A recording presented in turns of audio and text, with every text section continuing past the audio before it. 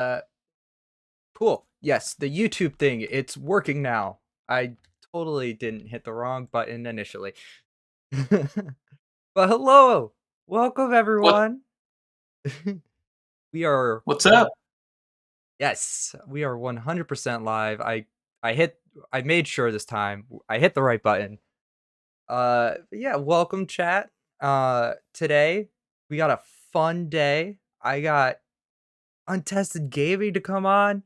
I'm so excited. We've been talking for like the last 30 minutes. I've just been so happy to be here. And I'm so excited to like get into it. But yeah, you want to introduce yourself a little bit? Hey everybody, I am Untested Gaming, or Jordan is my IRL name. I run the YouTube channel Untested Gaming, where basically we just take pop culture characters, so like TV shows, movies, video games, comic books, and we make Pathfinder Second Edition builds for them. And yeah, basically we have a lot of fun. Haven't had a video in a while just because things got kind of busy, but we're getting back into it in the next couple months, so it's gonna be cool. Yeah, super excited.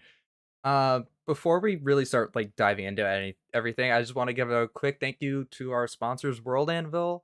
They just released a new whiteboard feature, which I'm going to be demonstrating hopefully later in the future.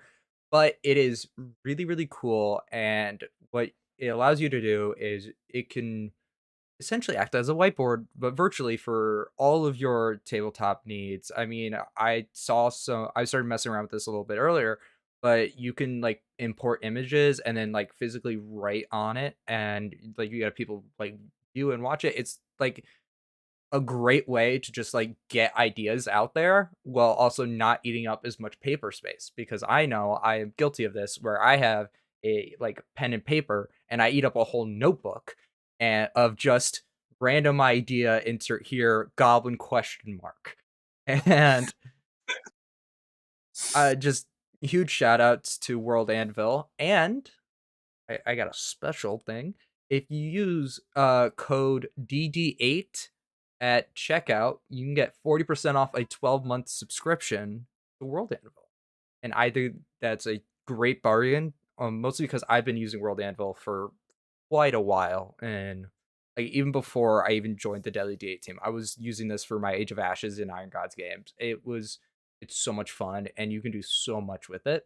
And so yeah, I really should go check them out and hop right into the topics. I am oh my god, I'm trying so hard not to be a girl. I'm glad to be here. I'm glad to be here. I really am. Like, I've been wanting to do stuff on YouTube for a long time, like with other channels, and man, I'm just so busy. It's ridiculous.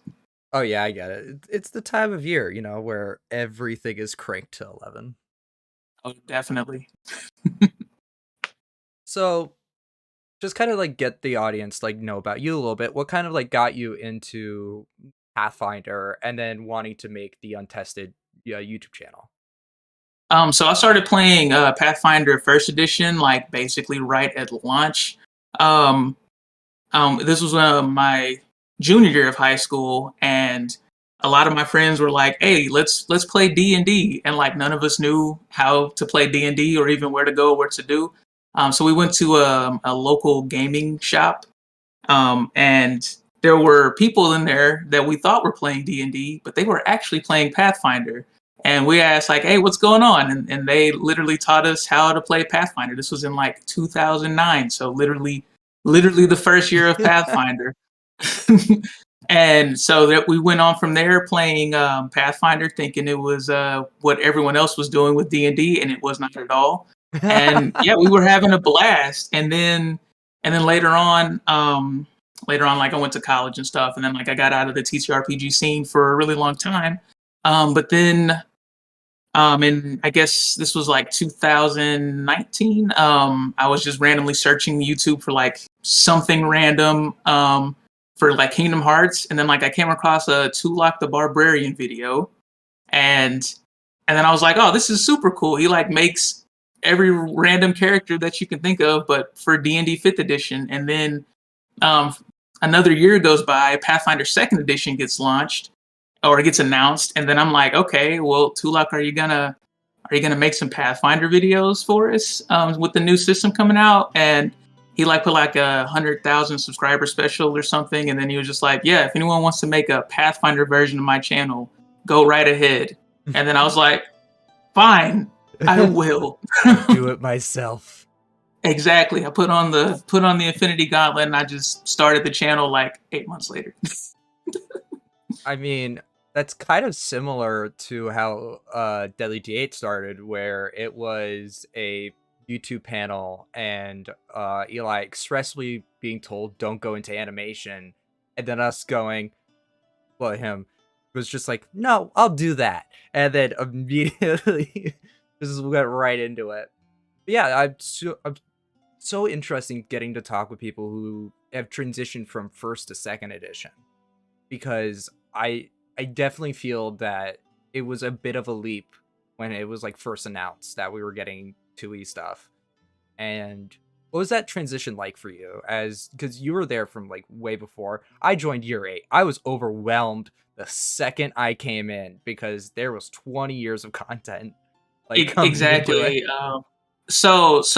Actually, I didn't really experience that much bloat because literally when I started playing Pathfinder, we had the CRB, we had the Advanced Player's Guide, and then we had like a Bestiary, and then I had like Advanced Combat, Advanced Magic. Like it was really like 5 or 6 books that I had, and I didn't know that AON existed.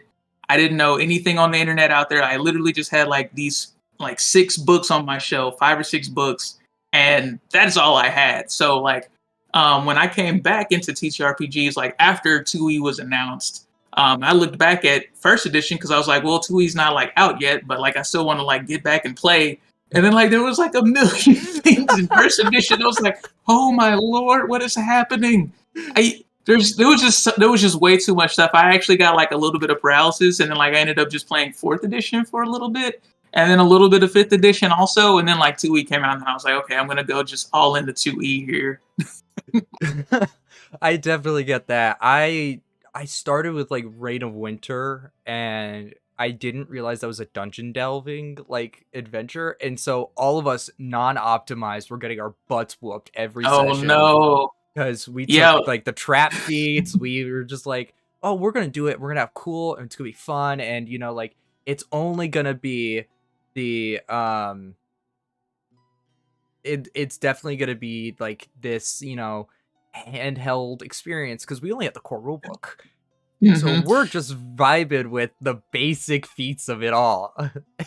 Yep. Yeah, and I had never played a Paizo adventure until 2E. Like before we were just doing our own thing. We had no stories. We were just like, all right, there's a village here. It's getting attacked by some demons. Let's go. Like it was the most basic stuff, like childhood playing out in the playground kind of stuff, just making up whatever we wanted as we go. And like we have these terrible builds, and like we would rotate out who was the GM at any given moment. So no one really knew how to do everything anyway.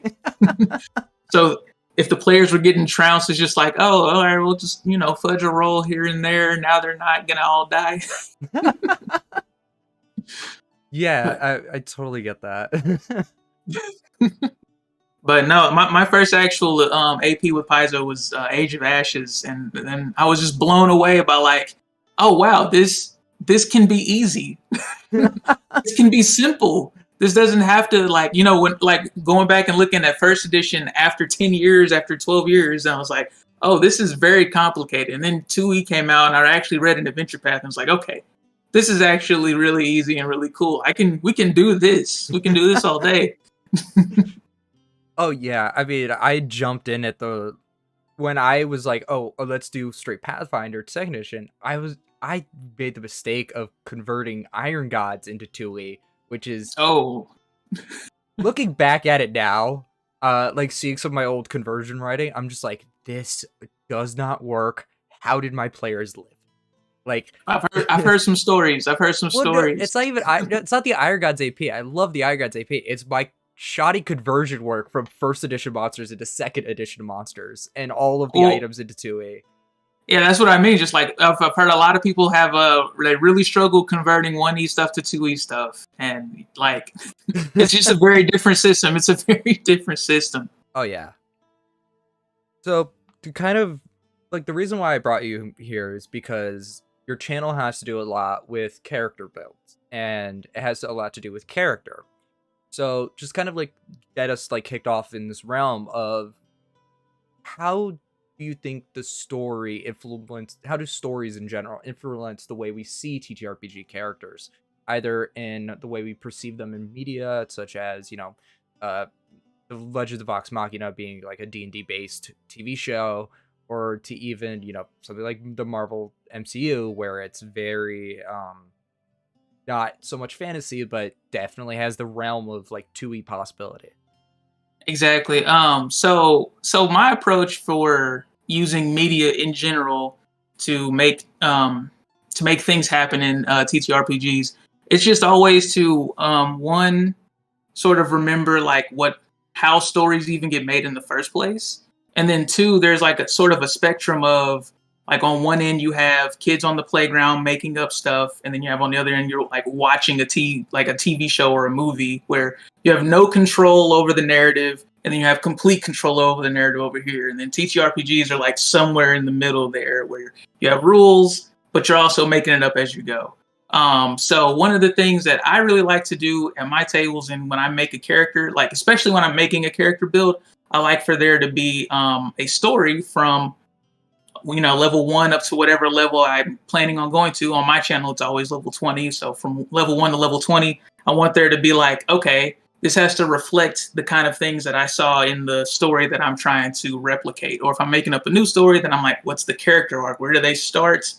What pitfalls do they have? And then where do they end up? And those are the kind of things that I really like to see in TTRPGs. I like to see players who really sort of understand stuff like the hero's journey and stuff like.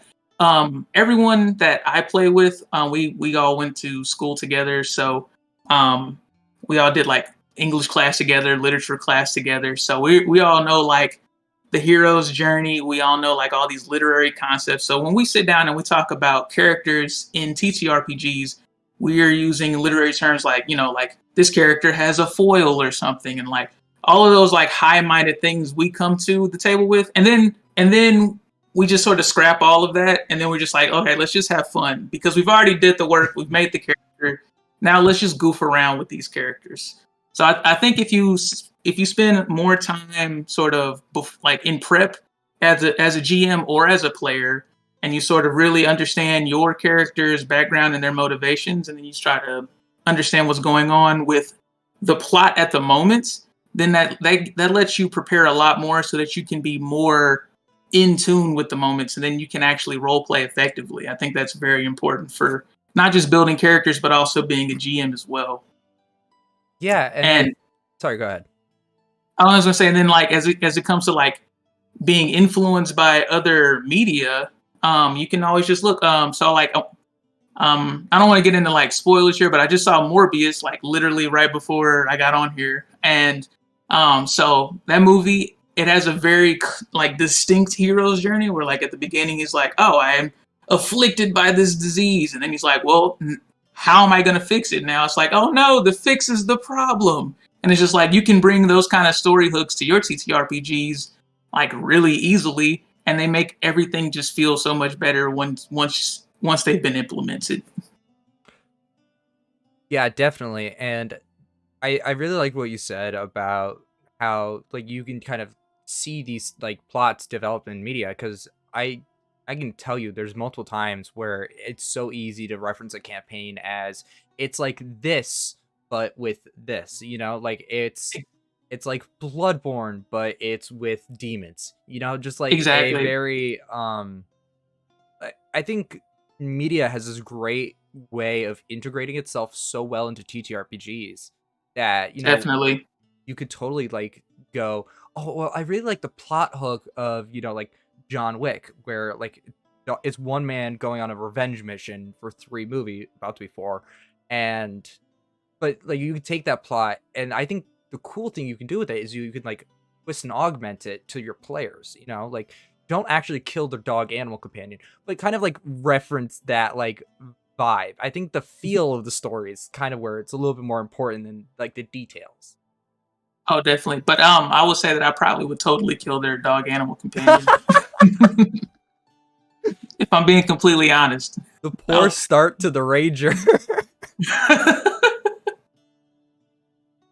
Oh, they can have it back soon. I promise. I promise. But it'll be a new one, new name. Just dog. Just dog, exactly.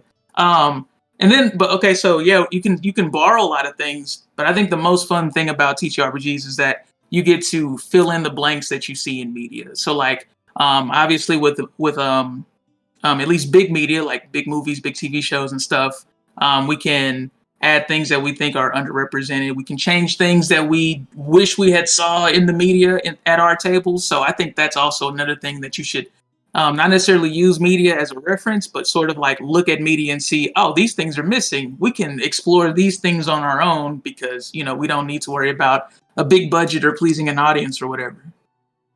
Yeah, and I think that's what really can like distinguish a campaign from like a media, because in media, even if it's like animation, you're still limited by budget. When Exactly. TTRPGs, you're just limited to imagination. Like even if you have Yep. no maps, no minis, nothing, like your brain can fill in the rest of the like space. And I really liked when you talked about, like filling in gaps, because there's so many stories where you're like, oh, where did this character go like after this? Like we don't ever see from them again. And you're like, you can Exactly. easily like make a campaign just off of that. Like I've seen so many Star Wars stories where it's just like, well, we haven't checked up on this character in a long time, and here's the Kenobi TV show.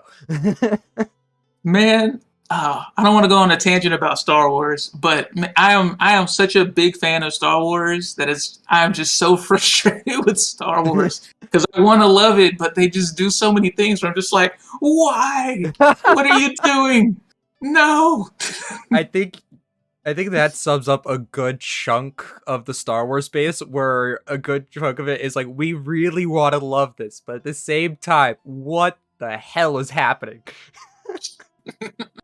Exactly, exactly. We have our Um, fifth Darth Vader story. Man, okay, I'm excited for Darth Vader. Anytime Darth Vader is going to be on screen, I'll be excited. I don't care about that. I think that, not to get really far into Star Wars, I just think that overusing the villain, especially because, okay, okay, let's tie this into TTRPGs. Having the same reoccurring villain that just cannot stay dead might work in certain campaigns. If they're a lich, could totally work. But oh my god, does Star Wars love bringing back just Palpatine and Vader. Vader especially cannot Yeah, escape the Star Wars IP. He's in Clone Wars, he's in Rebels, he's in... God, he's even in the sequel trilogy, he's in Fallen Order. And I think that... he's in Rogue One. He's in... He's in Rogue... Okay, I will give an exception to Rogue One, only He was the really hallway good in scene. Rogue One. Yeah. He was really good in Rogue One. But I think when it comes to like TTRPGs, like an inspiration, like here, let's say is Darth Vader, of being this is a villain that keeps coming back. You know him. He's arguably the most recognizable character in all of Star Wars media. Like I love like Darth Revan. No one knows Darth Revan. If I say Darth Yep. Vader, everybody remembers Darth Vader. And I think you can do that with TTRPGs. Like you can have that like scary Grave Knight villain just be like this menacing horror, and then no one will remember the mini boss. Yep. Yep. And so like when I actually used to like make my own world, I used to have a whole homebrew campaign or homebrew setting that I used to run. I had sort of like these high level like Emperor Palpatine kind of characters, but they would never like be in the fight. Like they don't show up to fight because if you fight them multiple times, it doesn't matter anymore. Like it loses everything. Mhm. But if you have it like, oh, this person got a contract from that person. Oh, now it's like, oh, that guy is gunning for us. We need to like get to him. And then like every time he comes back up, it's like, oh shit, this was that guy. Oh And yeah, then so like you can reuse your villains and it becomes more effective, but you have to know how to do it. And like if they go like into combat, once they go into Gambit, that guy's got to die. It's just that simple. Like they Yes. either needs it either needs to be they either need to be I guess not die, but they need to be dealt with to a succinct degree to where they probably aren't going to have as much to do later on in the story, or they need to change their ways in some kind of way. But no, like I think once you put your big bad into combat, they're done being the big bad. They are now subordinate to whoever the next big bad is. Yeah, and I think what's really cool, like with a lot of like media, is you have these stories where you have an overarching bad guy. You like in MCU, you have Thanos.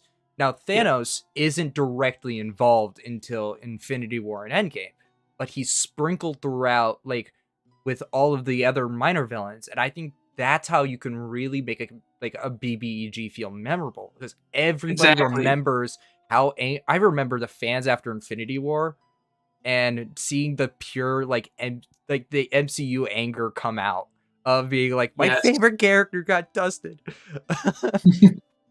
Man, that actually reminds me. So like in that homebrew setting, I actually had the BBEG was a demon, and the player characters literally had to summon him, and they had no idea that he even existed unless they put together all the clues they got through like in the weeks prior. And that was like the shining achievement of me as like a homebrew setting person. Was just like, oh no, you didn't even know there was an overarching bad guy until you beat this last like mini boss that you thought was the BBEG. Now you realize you can just summon this guy and take him out, and he'll stop sending he'll stop sending low level bosses at you. Oh my god. I love it when you could I love seeing players like reactions when you pull the carpet underneath them because if you do it real well, they never see it coming. Like I had a campaign where it turned out one of the player characters was the villain the whole time, but he didn't know it.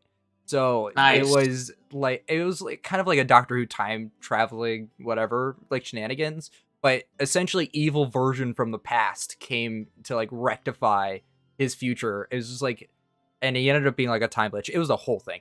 But Nice. when players just sit back and go, "Oh my god!" Like you see this in movies where people like something happens and you're just like, "What?" Like very much that like MCU snap where it's just everyone was like, you can hear the silence of the audience. Those are the moments we live for as GMs. They really are. I love it. I just want to surprise the entire table every time, but not to where they get scared off, but just to where they're like, oh no, we need to keep playing. This is amazing. My favorite Yeah. is like when you look up and it's like midnight. And it's like, oh no, we gotta go back to our real lives now, but we want to keep going. Oh yeah. Those are like the best moments. I definitely agree with that. So now that we've like kind of established that media is like the source that we can come to for inspiration, how can we then use this source to enhance our stories or our games? Like we talked about like pulling inspiration with like Darth Vader. How do we then like take a Darth Vader and make him a character?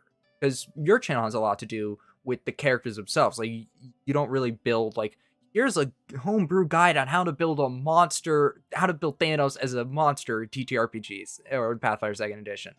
So how do we take like this character and then start translating it into TTRPG characters?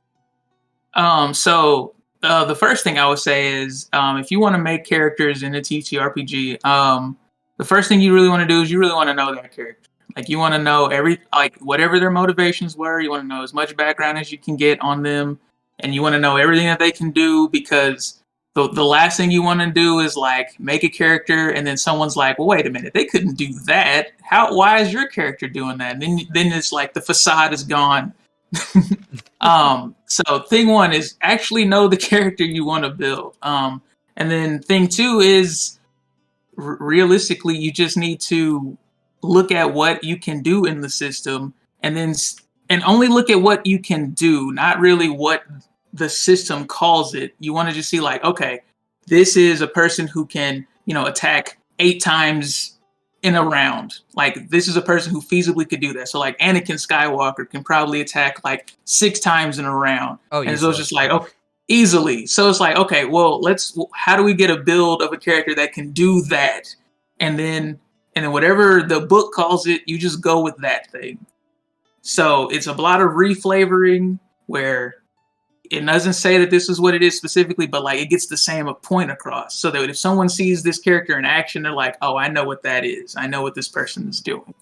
And I think that is the bread and butter of putting characters into TTRPGs without using homebrew. So you can take these anywhere you want to. You can go to, Pathfinder Society or whatever. And this works for pretty much every TTRPG.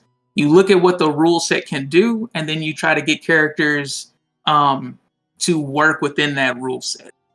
And then you can also think about working them into the setting as well. But the first step is definitely just get them to work in the rule set, and then you can worry about everything else later. Have you ever had a character that was distinctly difficult to really pull off in the mechanics?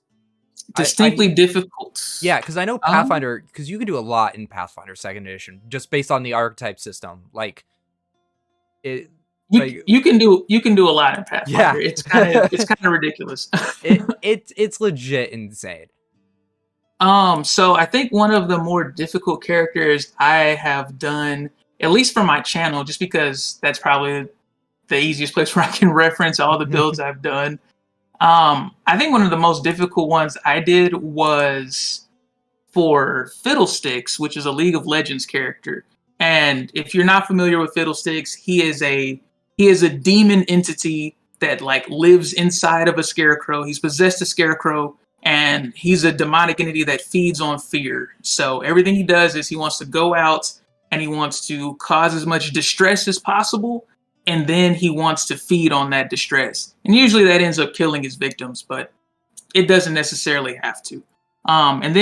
But he's also from a video game. So he has like specific things he does in the video game where he has like an AoE drain ability, and he also like scares people to where like they can't control their own motions and stuff like that. And he has like illusions. And so when it came to building him in Pathfinder, I was like, okay, well, if we want to scare people, we have Intimidate. That's easy. Super clear. How do I make a scarecrow? And this was before Poppet existed.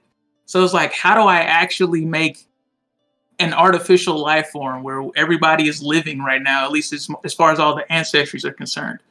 So I ended up using Flesh Warp because they have Flesh Warps where they have like metal bits and stuff stuck to them. So I felt like that was close enough. But then it was like, how do I get this like fear drain thing going? Like, how does that, where am I going to get that from? And I got it from Cleric, because they have an ability where you can channel harm in a AoE burst. Mm-hmm. And then they have a feat that lets them gain life based on the amount of life that they dealt. And that was, when I saw that was a thing you could do, and you can do it in AoE, and I was like, that's exactly how this works in the video game. And look, yeah, I get it that it's called cause harm, but that's a real nebulous term. Like a harm spell could be anything. Mm-hmm. It could be, and we're just like, we're going to make it be that fear that we're inflicting, and then we're going to like feed on their fears. We're gaining life while they're losing life. And I felt like that was a really elegant solution to something that I racked my brain on for like 3 weeks. Yeah, and I think this is so cool that with TTRPG, like, or even Pathfinder and Dungeons & Dragons, is that you can reflavor a lot of abilities to work the way that you want it to work. And I think exactly. I think you just literally prove that so well, because there's so many times that I've seen a build or something, and it's just a gun, but guns don't really hadn't existed yet, so they were using magic missile, and it's just reflavored as them using their weapon. And exactly. So how many times have you, or probably not like how many times exactly, but have you seen mechanics and gone, oh, this would be really cool if you as this character? Or, like before, just like you're reading a book and you see like a certain rule or a certain archetype, and you just go, oh, this would work so well for XYZ build. Yep.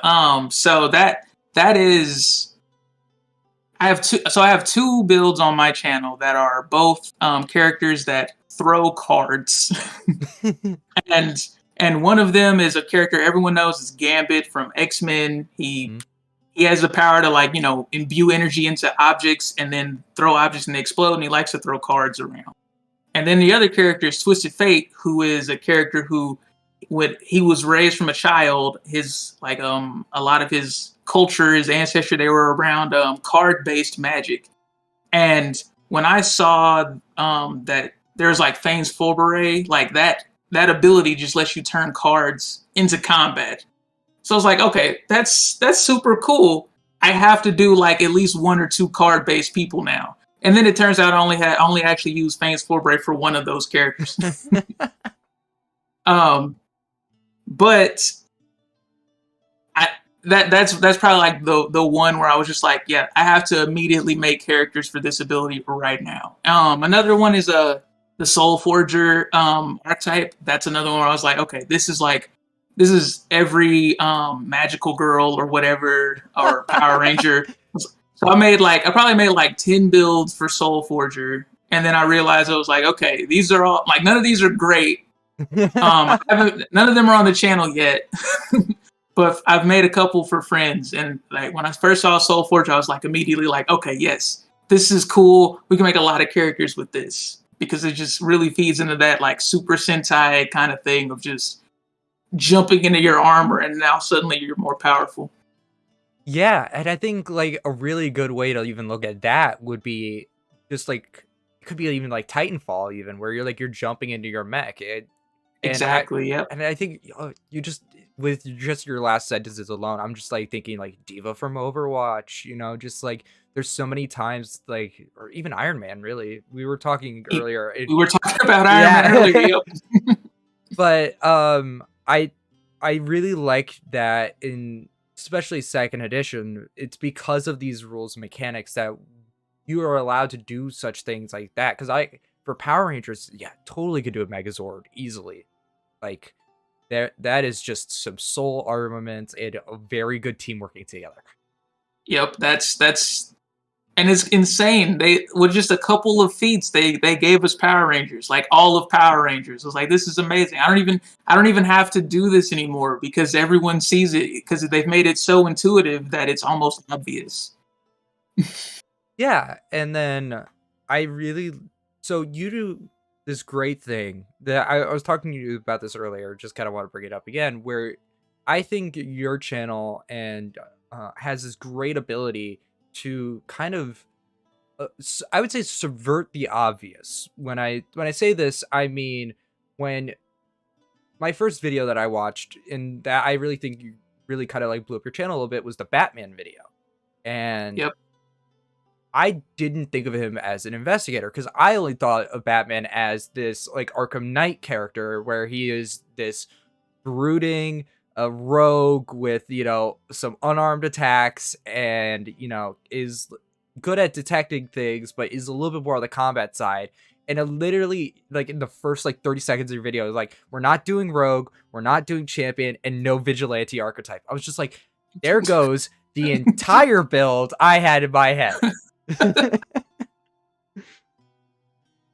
Yeah, well, it just comes down to really, I will say that anytime that I'm subverting your expectations, I 100% guarantee you that I definitely thought of that thing that you were thinking of first. Like, that was the first thing that came to mind was like, when I was building the Batman, it was like, okay, we had, because it was, brutal beating. You can just punch fear into people. Oh, yeah. yeah. Like, yes, that's Batman, right? And then, but then when you look at it, when you like go back and you go through the entire character history, when you or just watch like one episode of like Batman the animated series or whatever, and it's like, no, he spends a lot of time sitting at his computer. He spends a lot of time like looking at clues, thinking about stuff, and then he has this. And one of the big memes with Batman is that he has prep time and he can defeat anybody because he's planned ahead the entire time. So what class in Pathfinder fits that motif? That's got to be the investigator, realistically. So, and then when you actually put it down on paper, then you realize, oh wait, investigators still get master weapon attacks. and with martial weapons and unarmed attacks and simple weapons. So everything that Batman uses, the investigator gets master proficiency in. And then you can add archetypes for, the different flavors of abilities that you want. And we got like martial artist dedication through there, and that's how you got I think I did like the Path of Iron, because I was also influenced by the Arkham games as well, where you get like that combo flow going, and I wanted to have that in Pathfinder as well, but they have a feat for that. So I just like, okay, well, it's easier to give him this one feat than to try to, build a monk that can do that or something.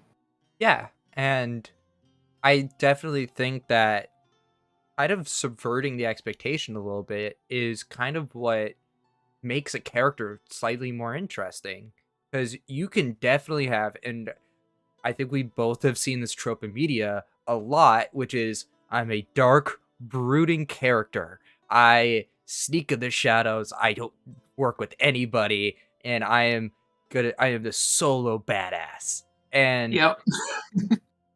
and everyone immediately probably in their It's head always is thinking the rogue. Yeah, It's right? always the rogue. We both were like, we just thought like non-verbally just was like the rogue. But there are so many classes where you could do that. And like I did that with the champion. Champions Yep. in like their base features are this like lawful knight in shining armor character. But you can totally flip this on its head and just be like, no, I am like a darker paladin. I'm not quite anti-paladin yet, but eventually he got there. But I think that subverting the expectation is kind of what makes certain characters in media like stand out. Like Deadpool stands out to me as a character because he's not a typical superhero. He is someone Yep. who is literally there, one, for the writers to just make fourth wall jokes, and then to break everything. Like the character knows that. So Deadpool is like a double subversion because as soon as you see him, he's got swords, he's got guns, he's killing all of his villains. He doesn't care. He's bad-mouthed every single time he's on screen, and then he's a genuinely nice guy. So it's like it's a double subversion. Like he's not a typical superhero, but he's also not a typical anti-hero either. He's genuinely a person that you could just hang out with and it'd be cool. Yeah, and I think unlike the Punisher or whatever, where you're just like, oh, this guy sucks. Yeah, no, that's exactly what I mean, because like the Punisher is this definitely anti-hero where it's just like, I'm gonna kill everyone. There's not a man, woman, child that can get in my way. And then there's like Deadpool, I pulled out a chicken from my hat. Exactly. And then he's like, here's your chimichanga, let's go. And then so when we kind of talked about this a little bit, but I kind of want to like go into a little bit more in depth with it. The mechanics of the game reflect the character. So when we know how we want our characters to act and feel, what's kind of your general advice for, like, let's say it's subverting the expectation a little bit, where if I want a very hands-on, I kind of want to be good with weapons, but I kind of want to be stealthy. Like that description alone could be, well, that could be a monk with some rogue, just like, but how do you see that like subversion, I guess? So with Pathfinder Second Edition, and you can think of it the same way in D&D Fifth Edition as well, or probably any other editions of D&D or Pathfinder. But we have, as you were saying, we have these sort of ingrained character traits associated with the classes. And one of the first things that I wanted to do when I first started making this channel was I needed to disassociate character traits from the classes. Classes are a collection of mechanics. They don't have character traits associated with them, at least not most of the time. Like, of course, you have like your druid, and like they're gonna like, oh, we're here to preserve nature or whatever. And then you have like, like the witch, they have their patron. Those are going to be character beats. But by and large, most of the classes they're just bundles of mechanics. So if you're thinking about your character and what they think like, and then you're trying to assign mechanics to the way they think, you're gonna end up with something that's not as thematic as it could be. So one of the things that we had talked about earlier when we were talking about fighters, I had said that the fighters are weapon nerds. If you have someone who's, they studied the blade, they dedicated their entire life to killing people this specific way, that's probably going to be a fighter. And then if you have someone who's like, okay, well, I'm still really good at weapons, but I prefer to study my enemy and go in and use the right tool for the right job. All right, well, now you're thinking more like investigator or ranger category, but they're still, they're still good with their weapons, but they're not those people who are like, I want to sit here and I want to master my weapon. And then if you have the character who wants to master their weapon, but their weapon is their body, well, that's a monk now. So like, they're character traits sort of, but you really got to say like, what's the mechanical essence of the character trait? Because a lot of times when we think of the fighter, we think they're boring. We think they are, the one trick pony or whatever. A lot of times when we think about the wizard, we have the archetypical, I'm the smartest guy in the, I'm the smartest guy in the room. And I know I'm the person who knows everything and I have the plan every time. And like, where on your character sheet does it say that?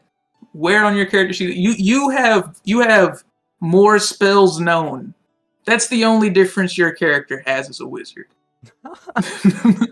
Yeah, I definitely. And I think that, de-assigning the characteristics, that really is what hit me, because of in Pathfinder 2e, every class starts off with what can you expect from this like class. You have the overview of champion is you're going to be this when I open up the CRB, it's this, you're this lawful character, you want to do good and strive for good. Yep. But outside of that, I really liked it when you were talking about like it's all just mechanics at the end of the day. And now I'm like in my head, I'm going, oh my god, there's so many, like you could have a stupid wizard. Like you could. That's another crazy thing with Pathfinder Second Edition specifically. You don't even have to meet the ability requirement to be his class. You don't need a +4, and it helps, but like it helps, but you don't need to be you can be an 8 intelligence wizard if you want to. Yeah, I think that the way that Pathfinder has set up this structure, especially with the archetype system, and I think we're going to come back to this a lot in this stream, is because the way that the archetypes just so well fit into like builds where it's not a mini class. It is just, again, a series of mechanics built in. And when you're approaching a character, how do you see the archetype system kind of working in that like scope? Because the APG gave us a ton, and then obviously we've gotten a lot more. We've gotten a lot.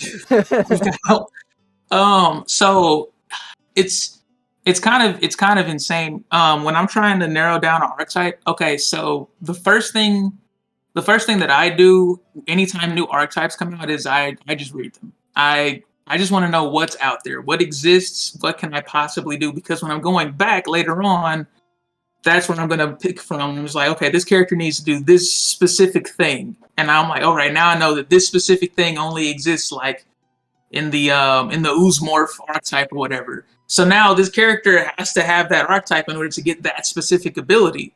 So it's really not how does this character end up with this archetype? It's what does this character need? And then they end up needing that archetype to get there. So like I said, at the end of the day, anytime I'm putting a feat on a character, it's because mechanically I need that feat. Sometimes it fits thematically, but sometimes it doesn't. It doesn't always work to where like, oh, this just makes sense that this person is now a vigilante or whatever. But we specifically needed this person to be able to have an animal companion that can go into disguise. Well, we need a vigilante archetype for that. So it's just when you need the specific mechanics, that's going to direct you to what archetypes you need. And then from there, it's like a puzzle of when in the build can you actually fit it in, and what can you afford to leave on the table, because you only have 10 feats or 20 feats if you're using free archetypes. So you gotta prioritize at some point. Yeah. So let me ask you this then: when does prioritizing the archetype overcome prioritizing the class? Because obviously class feats are very strong feats. They're kind of meant to be. But your channel, because you don't really use the free archetype system in your videos, so No. you have to, like, when you're making these builds, are having to choose between the archetype and the class. So how do you, at what point do you go, the archetype is more necessary than the class? Well, basically, if we see the character do something on screen, then that's it. That needs to happen, basically. And we get as many things that we can see on screen into the character because a lot of stuff is from like animation and movies. So if we see it happen on screen, we need to have it happen in game. And for Geralt specifically, if season 2 of The Witcher hadn't come out, I probably would never have put Spell Strike on Geralt. He would have had a Magus dedication still, but he wouldn't have had Spell Strike specifically because in season 2 he like literally casts Igni on a sword and then stabs the tree monster. And I'm just like, oh my lord, okay, well, I guess this guy needs Spell Strike now. So I had to take out, I don't remember what I took out, but I mean I guess it wasn't that important because I took it out, but I ended up having to make that cut in order to squeeze Spell Strike in because at that point it became like an integral part of the character, or an integral part of what the character can do, at least. Um, and then sometimes with an archetype, so Raven from Teen Titans was another Oh, I interesting love build Raven. for me. So Raven is a very interesting character because on one hand, she is half demon, but on the other hand, she is sort of imbued with this demonic power from her father, this demonic purpose. But all of her spells that she actually likes using, that she actually uses in her hero work, are these really shadowy spells. And those spells just don't exist on the divine archetype. So I had to add a shadow sorcerer archetype from her because she had all these spells on the divine list because I made her an oracle, but we really needed more spells from a different list. So that was like, okay, well, where are we going to get spells from a different list? The sorcerer gets to choose their own spell list, so that was a really good way to start. Oh But yeah. then there were also just actual feats that we wanted from the sorcerer archetype, and we didn't really want as many feats from the oracle archetype because Raven herself doesn't really focus on those demonic gifts she gets from her father. She focuses more on the spells that she learned on her own and from her mother. So that was another thing where like the character sort of dictates where we go with the build, less so than the class or a specific archetype or whatever. So from chat, a question was dropped, and I really think this could be an interesting one to talk about. Is, do you ever look over homebrew slash third party archetypes and such? And as somebody who writes a lot of TTRPG work, I personally love turning to third party stuff and seeing, because I think there's just certain characters that could work in, like, if you wanted like a samurai character, it's real easy to make in Pathfinder. But Yeah. I think the archetype, like, I wrote a samurai archetype, but that like specifically fuels what exactly I'm looking for. I think that, and obviously I'm gonna have you like talk on this, but I think having, when you want something so specific, I think turning to homebrew and third party, because I think there's builds at times where you're like, oh, I wish I could have had this ability here, but I had to reflavor this, but it could have been this. So I will just preface that I don't look at homebrew unless someone specifically sends something to me and they're like, "Hey Jordan, hey Untested, look at this. This is cool." I'll read it, but I don't go looking for homebrew. And that's just because on one hand, I I don't want to have that in my sort of memory when I'm trying to think of like how do I make this character? And then I'm just thinking in my brain, it's like, oh, I read this one feat somewhere that does like this specific thing, and I don't want to like go there and that thing was homebrew because then I'll just be devastated. Because that's happened a couple times. Um, so I just ever since that happened, I kind of just stopped looking at homebrew. But like I said, if someone wants to send it to me, I usually read it because I do think it's interesting. But then at my table specifically, I do let my players use homebrew. Unless we're testing something like specifically like for Pathfinder Society or something. I let my players use homebrew, and honestly, like I like using homebrew when I know it exists and I'm using it for a specific purpose. It's because a lot of times homebrew, the reason why it gets made is because the things that exist for that in the game are either too high level, or there are too many requirements, or they're just too in a different direction from where you want to start with your character. And we're going to talk about Geralt again. There's a lot of Witcher homebrew out there. Oh There's a yeah, lot of so easy. like, because people want a Witcher ancestry, people want a Witcher class, and those things will come with archetypes of their own, and those things, they aren't specifically given to us by Paizo, so they want ways of doing it to where they don't have to worry about all these different multi-class requirements or all these prerequisites. They want to have it out the box, ready to go, level 1 or level 5 or whatever. You don't need a level 20 build just to play a Witcher, or level 14 in the case of my build. But by the time you get like all your signs or whatever, they want something like that starts off right away. A level 4 character can have four cantrips. So let's write some homebrew that gives this character all the cantrips that you need to play to have the signs of a Witcher. So I think homebrew is useful. I think it's fun. But me personally, I just don't look at it because of what I need to do for the channel. Yeah, that definitely makes sense. So another question was asked in chat that I think that goes really well with this is, what kind of character do you think is missing in mechanical representation? So I have a hard time answer. I need to think on this one because there's so many characters. There is one specific mechanic that I think is highly underrepresented in Pathfinder 2nd Edition, and that is the ability to grab an enemy and pull them in a direction.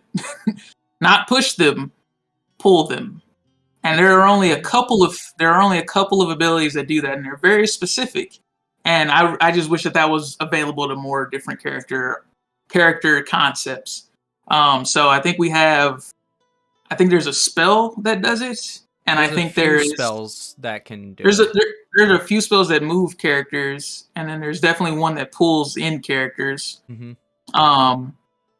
And then I think there is a specific like athletics tied ancestry feat or something that I think that can pull someone in.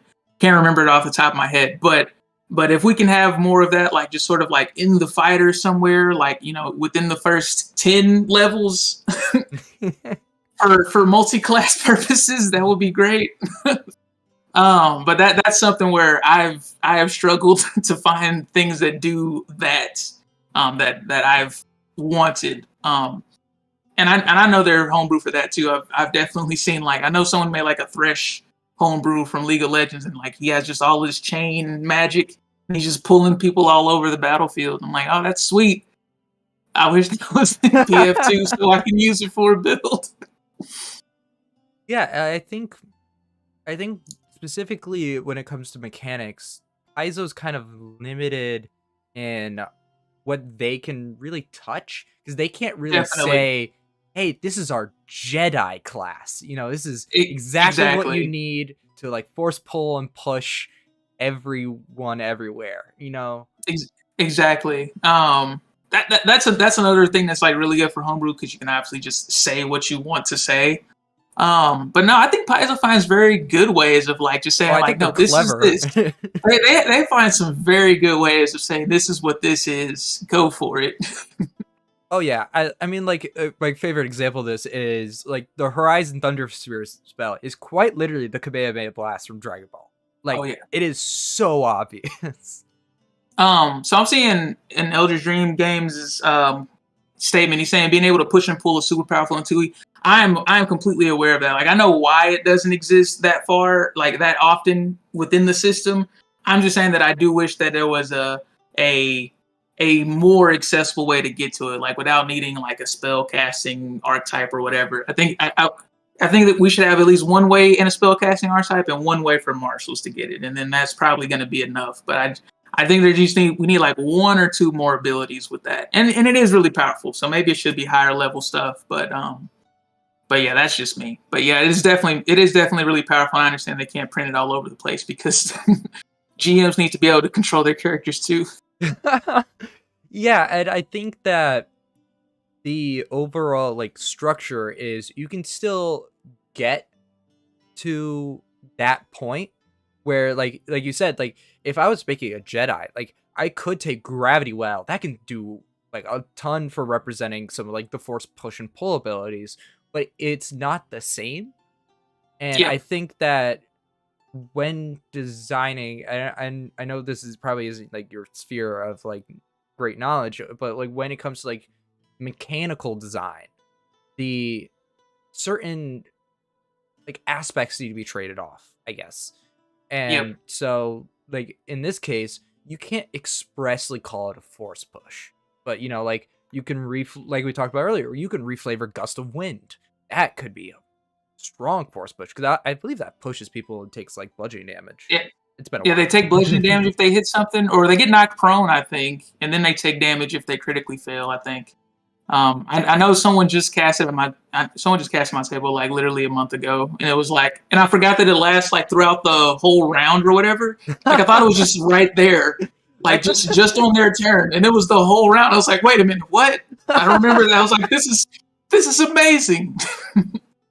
It was like heightened up to like level 8 too, so it was just Oh my devastating. god. Yeah.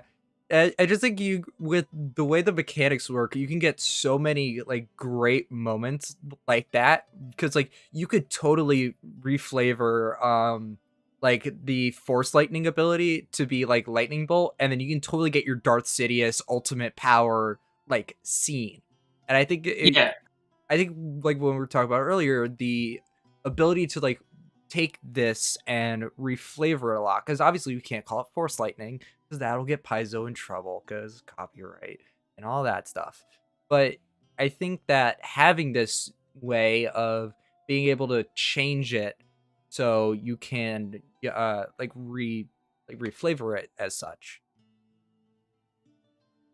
and then there's not just that. So like if you're the layman to Star Wars, you're gonna like, okay, force lightning. That's electricity damage, obviously, right? Hmm. But then like you go in and like you actually read like how the force abilities actually work, and you realize that they're just imbuing like just straight bad vibes into people, and like getting burned by force lightning is it causes almost as much emotional damage as it does physical damage. So now that opens up an even wider spectrum of spells you could use to represent force lightning, because like you can do negative damage, you can make it a curse. It's more than just electricity damage, basically, is what I'm saying. So like, and that kind of comes back into like, do you really know your character, what they're doing? Because then it opens up a lot more to what you could possibly try to represent mechanically. So how do you then? I feel like I kind of asked this before, but I kind of want to dive into it a little bit. How do you take that? Because a lot of like what you see is we can take like a Super Saiyan moment where it's obviously the character powers up and he has like the cool electricity all around him, but how do you fully understand the character to the point where like you just described force lightning outside of having to use the actual lightning part of the spell? How do you Yeah. kind of see this? I would guess like a yin and yang balance between what we see versus the deeper like side of it all.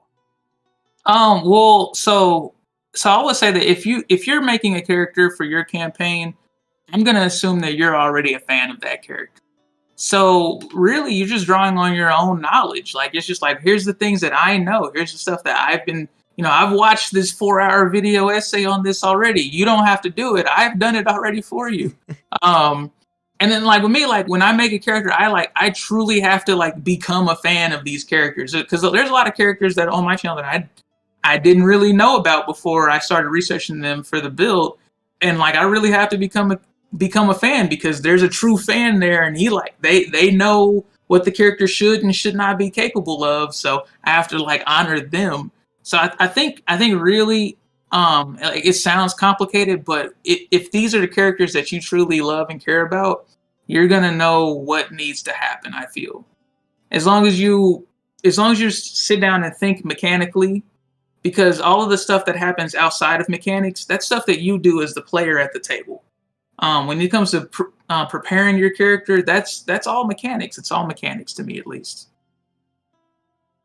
So another kind of thing I want to like segue into a little bit is using the mechanics outside of the fantasy system, because obviously Pathfinder is meant for very fantasy. It's got the dragons, it's got the swords, it's got a little bit of everything. But It's got all of it. yeah, it's It's got got everything a little Sasquatch. bit. Yeah. But you have to make characters such as like Ben Hardgreaves, who's this like drug addict character in modern day settings who conveniently could see the dead, and more specifically his brother Ben. But yeah, by the way, I watched all of Umbrella Academy just to watch your video, by the way. Oh, really? It was quite literally on my list. You dropped the video on around Halloween, and I was just like, well, now I have an excuse to go watch it. And I quite literally binged both seasons of it, and I was just like, okay, now I could watch it. Man, that show is great. I don't care what so anyone good. says. I love that. It was so much fun to watch. But So, yeah. oh, what Sorry, were we take gonna it away. say? No. Take it away. Like, how do you how do you separate that fantasy aspect into the various settings that we can put it in? So I will give a little bit more background on myself. So that homebrew setting that I made, it was a if you've ever read the books, the not the books, but the series, the Oddworld series. Not Oddworld. That's like Abe's Odyssey. Holy crap. Otherland. It's a series of books where like there's this big like there's an internet cyberspace basically where a bunch of MMOs exist on like a metaverse, and this was written like in the 90s before anyone was saying metaverse, so they didn't say that in the book. But it's basically a metaverse. It's like a bunch of MMOs that are connected together, so you can like jump in an MMO and then jump in another MMO, and then all those different MMOs have different rules. But you can take your sword that exists over here in King Arthur land, and then you can go into Cyberpunk world and still use that sword with like the same like magic and stuff. And basically my setting was kind of like that because we like to just we do what I do on my channel. We literally put pop culture characters and pop culture things into this world, and we let them just exist as they would naturally, and we would just see what zany things would come out of it. But we had this like big conversation of just like, okay, what actually does make a modern society feel modern? And what actually makes a futuristic society even feel futuristic? And we came down to like a couple of like really succinct things. And it was, if you want a society to feel like it's in the past, you want to focus on like systems of nobility and monarchy, and then you want to focus on limited access to travel and to knowledge. Because in the modern times, we have like, and for me, I say the modern ages kind of started like the Industrial Revolution on to like maybe like Cyberpunk 2077, like in between those two worlds, I would say that's modern. Yeah. And so like, what do you have at that sort of Industrial Revolution? Like, we have the printing press, we have factories. So like, you don't have legendary items in today's world. Like, if someone has something, anybody with enough money can have the same thing.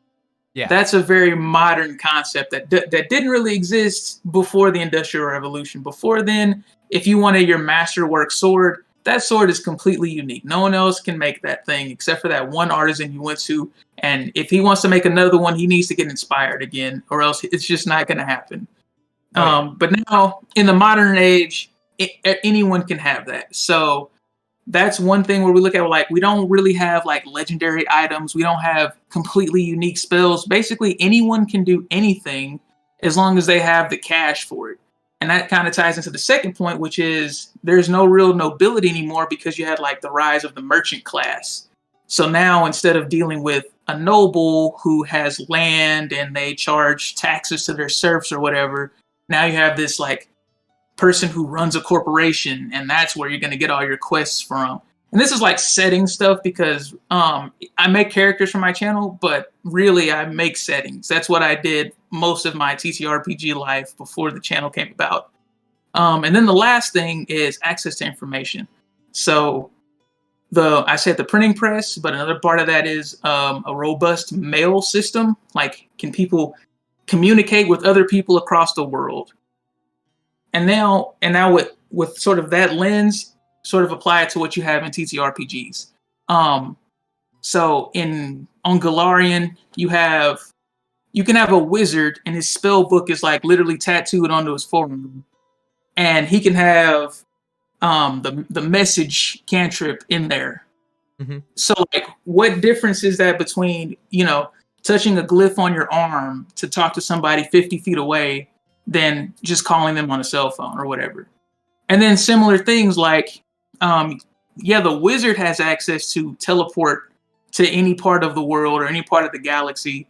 But once you start to get towards what would be a modern age, there's more access to the everyday common folk who don't have access to magic, but they will be able to go to like a web gate or something and be able to just transport somewhere using like a public magical system.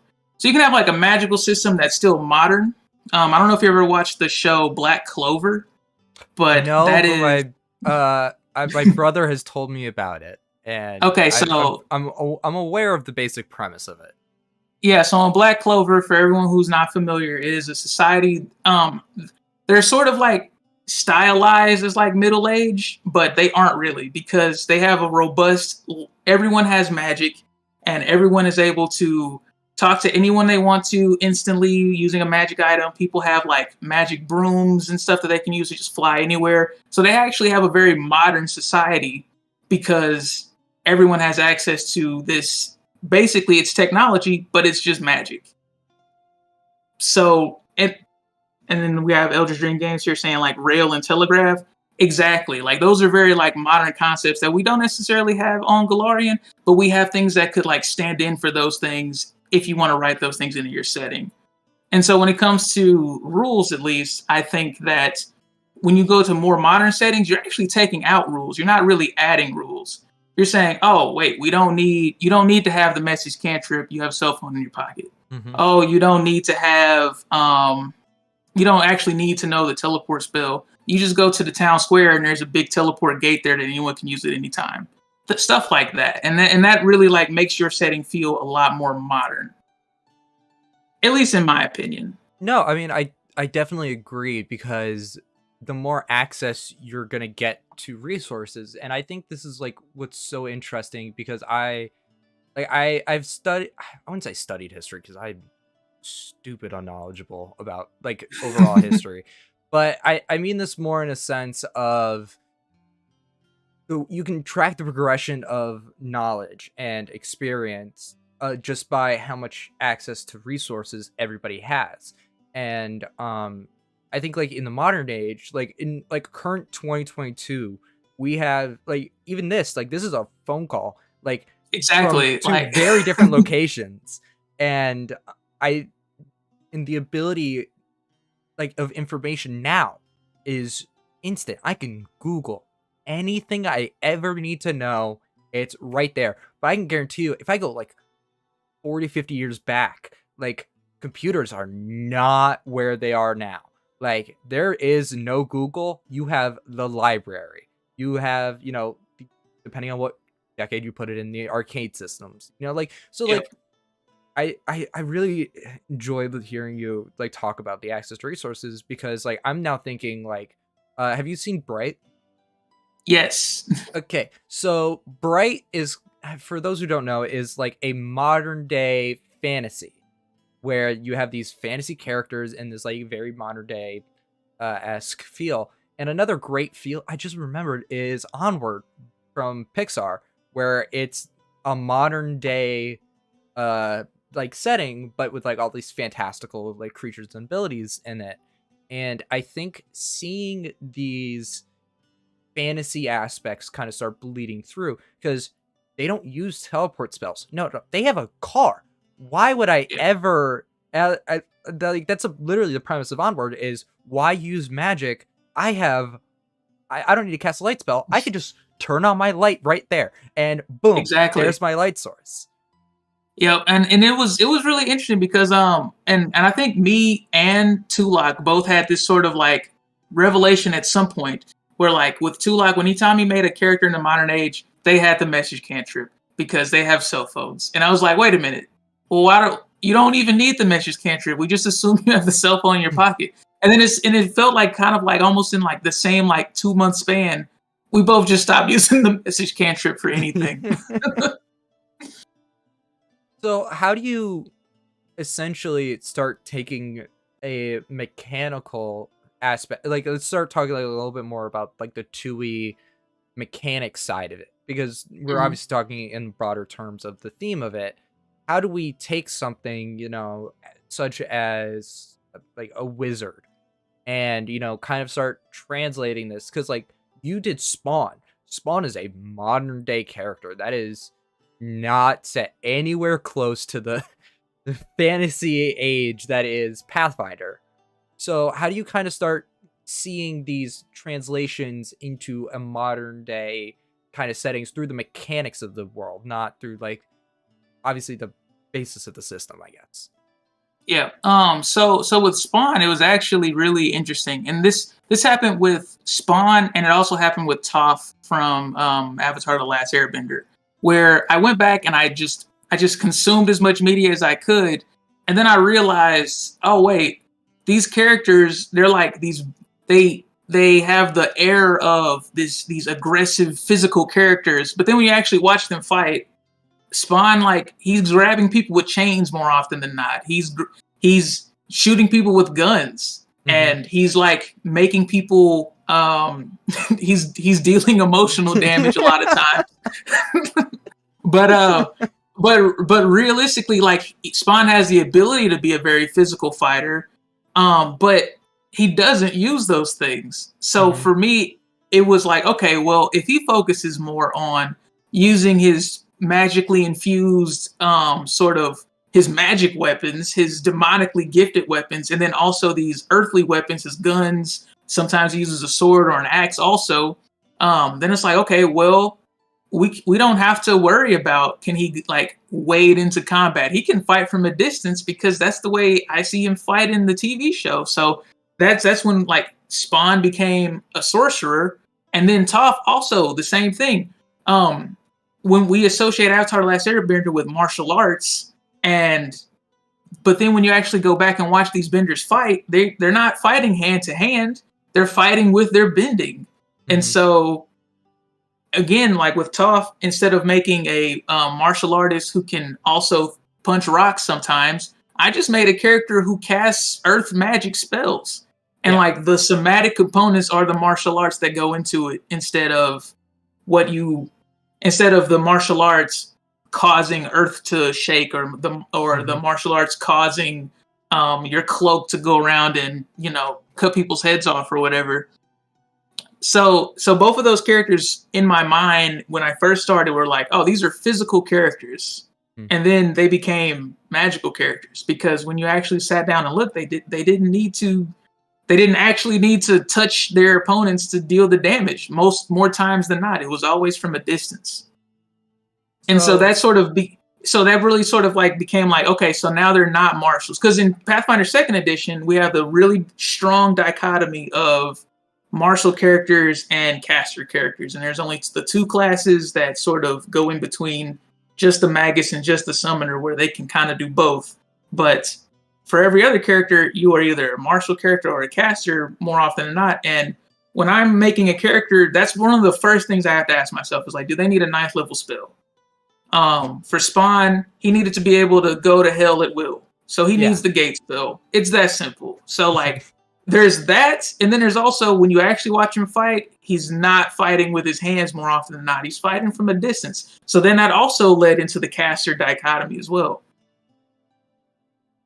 But that's thing one that I almost ask myself every single time is like, does this character need a 9th or 10th level spell? Because if so, they're a caster. And then I ask myself, well, what are they? Like, are they a human? Are they not a human? And that's usually the only question I have to ask myself when it comes to ancestry. Like, are they human or not? Because I don't think I've built a single actual elf. Like, no one's asked me for like Legolas. Legolas or anything. Yeah, like I've yet to build an actual elf or an actual gnome or halfling or anything. I've used those ancestries, but No one's asked me to actually build them straight from a setting. So then it's always like, well, what if they're not a human in their original setting? What kind of are they in comparison to the ancestors we have on Galarian? And from there, I kind of pick an ancestry. Yeah. And then once again we look at what can they actually do, and then that's how I pick the class and the background. Kind of just I pick the one that fits, but also the one that kind of gives us the skill feat that I'm gonna try to take anyway. Background is probably like the thing I care about the least, if I'm being honest. I think that's kind of true in most cases, except for the Yeah. rare backgrounds. Except for the rare backgrounds, exactly. Unless I need royalty for some reason.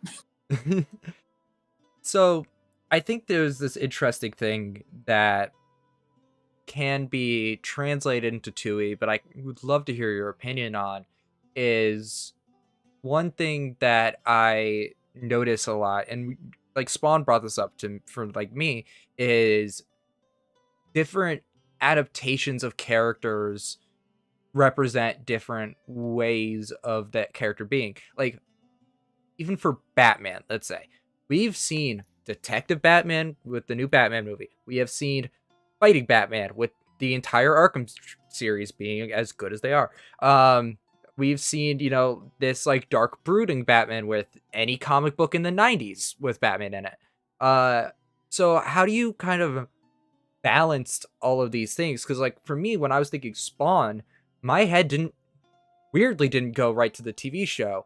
I went right to the Mortal Kombat 11 character, who is not this ranged character at all. He is up in your face. He is hitting you with that cloak. Well, okay. So I mean, I did also take reference from the Mortal Kombat game as well. So with with Mortal Kombat, all the characters have those different fighting styles that you choose before the battle starts. Yeah. And for Spawn, one of his is like this sort of chain whip kind of style. Mm-hmm. And I was like, okay, well, we have representation for that here, and we have representation in the Todd McFarlane animated series. So now I have more sort of pillar to stand on to make that happen within the character build. But no, like almost all the characters I built, you can obviously build them multiple different ways. And really, I think for me, it's I try to pick the one where I can get the most out of that character. So if I can, because like I said earlier, I care more about the mechanics than I do about the specific sort of character traits. And a lot of times the different character versions that we have, we're really looking more at the character traits than the character mechanics. Like with Batman specifically, every version of Batman can throw a punch. Every version of Batman is stealthy. Every version of Batman uses fear as a weapon. Mm-hmm. But they all can use that. They all can do those same three things in different ways. So if I was going to make a rogue Batman, we'll now have to figure out a way to give him martial weapons so that he can throw shurikens. Yeah. And if I'm going to make a monk Batman, well, now I have to figure out a way to give him all of his weapons, period. So, and I mean, like, obviously that's pretty easy. You can just give him monastic weaponry, whatever. Yeah. But but that's just another hurdle I have to cross if I'm gonna do a different version of a character. And so for me, I just try to prioritize a version that gets the most of the different facets that I could find. Like anything that I see in my research, I try to find a thing that I can get the most out of, basically. So with Batman, and I joke about this because I've done other Batman characters. Yeah. I always joke that every Batman character is just another version of Batman. It's Batman, but with a different level 1. So like Bane is Batman if he was born in a prison. Red Hood is Batman if he didn't have a Batman. If he was the only one out there, and like everyone else was like goody two shoes, and he was just like, oh wait, I need to just actually do vengeance. There's no one here to help me. There's no Alfred. There's no Nightwing ahead of me. That Bruce Wayne probably would have ended up as Red Hood also. And then we have Damian Wayne and all these. They're all just different versions of Batman. And like, it's a way for me to sort of like say, oh, here's how I would have built Batman differently if I had the chance. That's so interesting because like I'm thinking about it. Like like to kind of tie it in a little bit with what we were talking about earlier, the villain or like Batman's rogues gallery each represent a different, like you said before, a different type of Batman. Like Penguin is, what if the Batman was a snobby rich kid and decided to use his wealth? Exactly. What if instead of going and being physical with that loss, he goes and he's like, "Oh, I'm just gonna go control crime directly." He probably would have ended up very close to Cobblepot. So yeah, and that's just kind of one of the cool things I like about Batman. He's one of my favorite heroes, and that's just because his everything within Batman's sphere is just like it's a dark reflection on Bruce Wayne if something else had gone differently in his life, basically.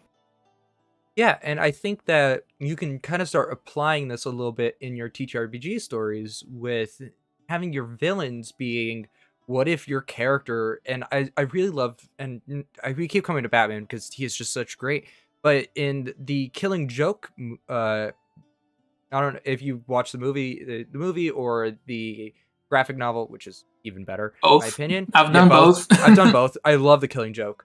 But it's this message that Joker keeps coming back to is Batman is just one bad day away.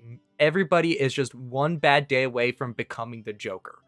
And this, having that reflect in your characters is something you can really shine with villains. Because your villain is, if your character is, I'm good, I am a lawful, pure character, I seek to help everybody, I don't want to hurt anyone. Having a character who's like, well, like a Red Hood kind of figure is like, no, I'm gonna draw the line. There's no more Mr. Nice Guy. If I see a problem, I'm gonna shoot it.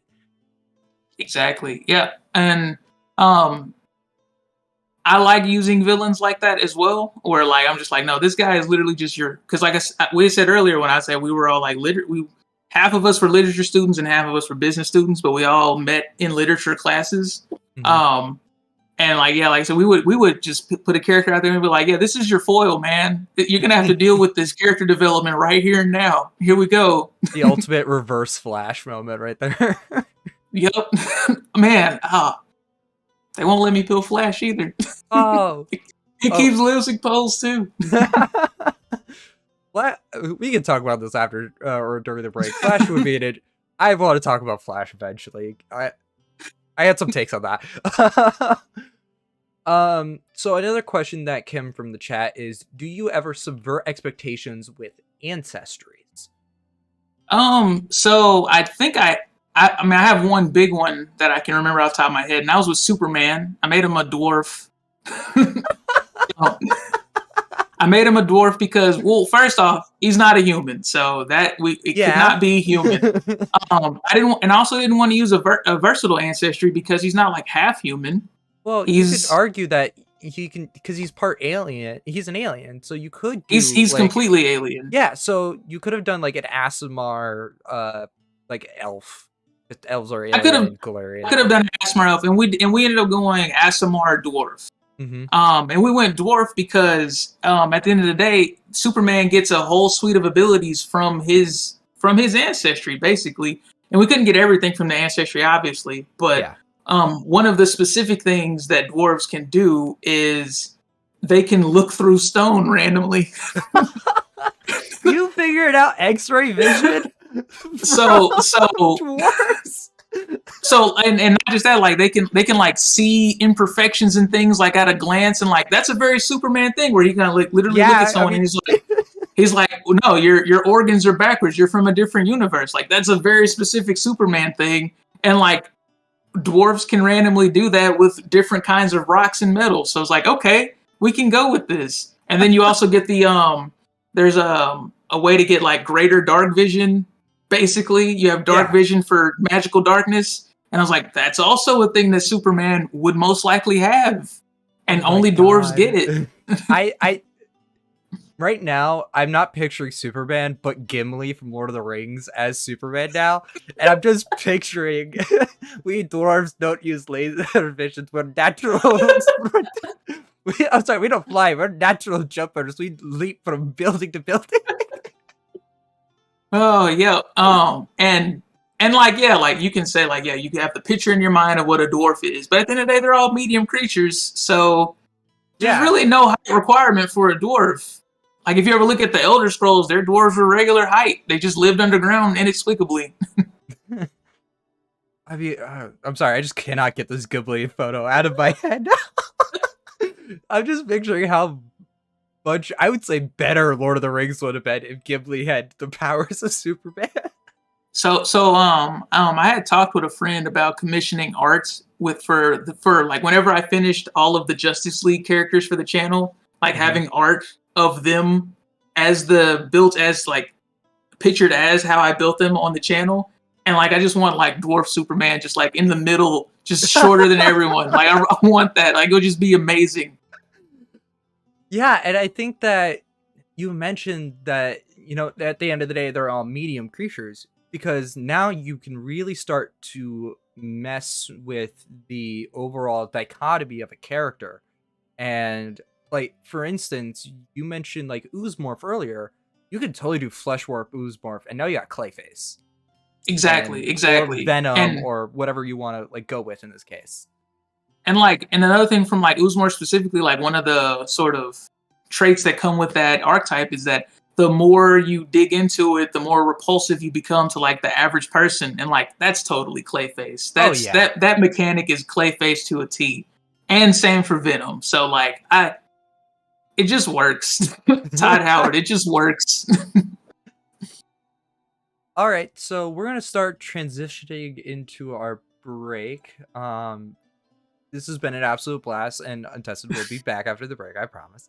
And we're gonna talk a little bit more about how to fully get your character from media into it, and talk a little bit more specifically about different kinds of approaches to the same character. Obviously, we started talking about this with Batman, but you know, going a little bit further in depth with it.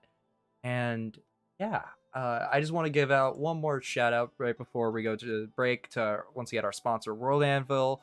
You can do so much with it. I am so excited. And if you weren't here earlier when I announced this, if you use code dd8 at checkout, you can get 40% off a 12-month subscription, and a year subscription for 40% off is a great deal. Trust me, I've been using World Anvil for a long time. It's fantastic. And yeah, I cannot wait. So I will see you guys after. Oh my god, no. OBS. Work. Yeah, here we go. After the break. See ya. Do you create your own world and need to organize your NPCs and homebrew content? Check out World Anvil, a set of world-building tools that helps you create and organize your campaign setting. Create wiki-like articles, timelines, and even interactive maps for your world, and then use their campaign manager to schedule and organize sessions. Players can join your game to add their PCs and interact with the world in and out of session using the character manager and discussion boards, which include play-by-post options. Check it out. Grab your holy symbols and watch your backs. We're journeying deep into the darkest corners of Ustalav here on Visit Galarian. Welcome back, everyone. In our last video, we explored the history and mystery of Ustalav. Now that you've got the basics, let's dig a little deeper and hope we don't end up 6 feet under. Ustalav's terrain and climate vary greatly depending on where you travel, with regions of both startling beauty and crippling terror. Here are a few places you might deign to visit on your next Ustalav holiday. Though beware, for this vacation may be your last. Caliphus, the capital of Ustalav, serves as the center of society and culture for the Soyvoda, as well as the political seat. Settled on the banks of Lake and Carthan, it also receives much of the country's trade. Despite all of its vaunted wealth and decadence, such fine things only come to a select few. When that veneer is pulled away, the reality of the city emerges, much like maggots under a rotting log. Home to thieves, con artists, and even serial killers such as the legendary Dr. D, the authorities of Caliphus exacerbate much of this unrest by enforcing draconian laws and stiff taxes upon both its own people and those who visit. Get to know it long enough, and it's clear that Caliphus has as much charm as a corpse wrapped in silk. The superstitions of the past and the innovations of the future clash in the city of Lepidstadt. Located in the county of Violent, Lepidstadt is home to a flourishing university of the same name, whose scholars favor the mysteries of mathematics and science to those of magic. This simple village, marked by nothing but ancient Kellid monuments, changed with the arrival of the Treyas brothers. Their archaeological ventures into the monuments proved lucrative in both knowledge and gold, and soon Lepidstadt grew into a bastion of academic achievement. This hasn't sat well with the locals, who live on the edges of the university's grounds and scoff at their hubris. Not only that, rumors that the esoteric order of the Palatine Eye wields far more influence than they should in the region cause some alarm amongst those who understand the danger of poking one's nose where it doesn't belong. For more than 2,000 years, the place known as Carrion Hill has been home to Varisians, Kellids, Ustalavic settlers, and before that, followers of the old cults. That taint remains, soaked deep into the marshy earth. Carrion Hill gets its name from the fact that the city itself is built on the conquered bones of previous cities, destroyed by wars, famine, and plagues. Primarily, Carrion Hill is remembered as the home of Socorro, the infamous Butcher of Carrion Hill, a man who slaughtered thousands in the name of the Whispering Tyrant, and that was before he became a lich. Carrion Hill houses secrets that predate even Tar-Baphon. The old cults that once dwelled here left behind dark traditions that continue to take root.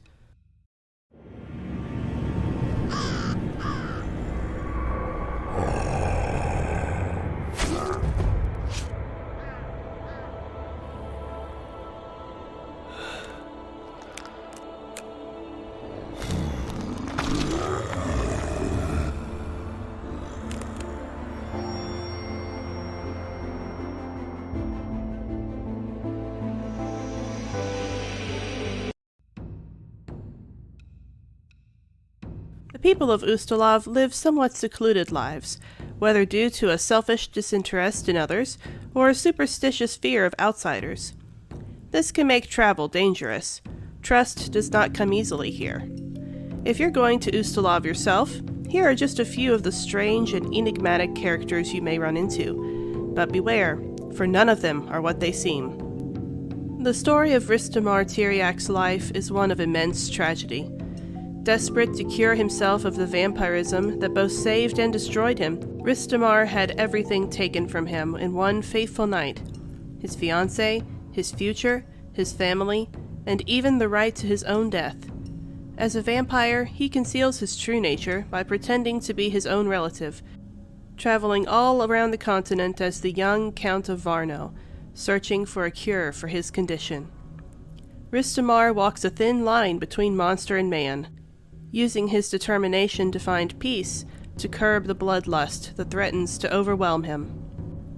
Alpon Karamark served as the Count of Violent until he was forced to abdicate when the county chose to join the Palatinates.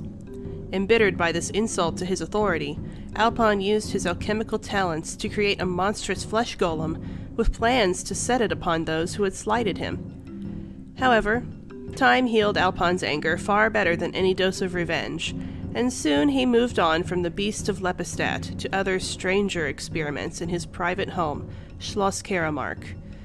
As for the beast, to most he's simply a frightening scapegoat for all the misfortunes in Violent, but in truth he's little more than a gentle, misunderstood giant, left to his own devices by a careless father. Poor thing.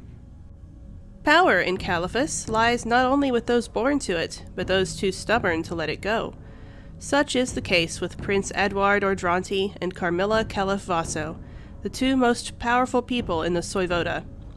Edward Ordranti inherited his title from his brother at 29, unprepared for the ways of the court. This has resulted in a reign highlighted by conflicts with the nobility of the city. Carmilla Caliph Vaso epitomizes the sinister decadence that typifies this Ustalavic nobility. A woman obsessed with maintaining her youthful beauty, Carmilla is rumored to have consorted with vampires, witches, and other dark powers to create a solution. As the ruler of the city and county of Caliphus, her influence often puts her at odds with Prince Edward, who sees her politicking as a nuisance at best and a danger at worst. A place as uniquely treacherous as Ustalov requires a particular set of skills to survive. If you want to send an adventuring party into the darkness of the nation that was, here's some tips to making the most of the trip. Things in Ustalov are rarely as they seem. As such, travelers must always be on their guard. Creatures of all kinds take the guise of innocuous villagers, waiting for the right time to strike. On the other hand, some of the most frightening beasts imaginable hide gentle, kind souls. Keeping a watchful eye, questioning everything, and following your instincts is the best way to survive. As you might expect, Ustalov teems with monsters of all kinds. Werewolves, undead, vampires, and more call this land their home. Clerics and champions are best suited to deal with these threats, but relying solely upon the powers of your gods may not always solve your problems. To survive, knowledge is power, so be sure to research the beasts you encounter. It may save your life. Many organizations work in the shadows of Ustalov, from the murderous Anaphyrexia to the mystical Order of the Palatine Eye. In each, you may find enemies, friends, or both. Consider how best to forge relationships with those that align with your ideals and goals. They could mean life or death. As frightening and dangerous as Ustalov can be, it promises mystery and intrigue for adventurers of all stripes. Just remember to watch your step, and mind your tongue. If you like this video, take some time to like, comment, and subscribe to dd8. We really appreciate it. Thanks for watching. Safe travels and happy trails.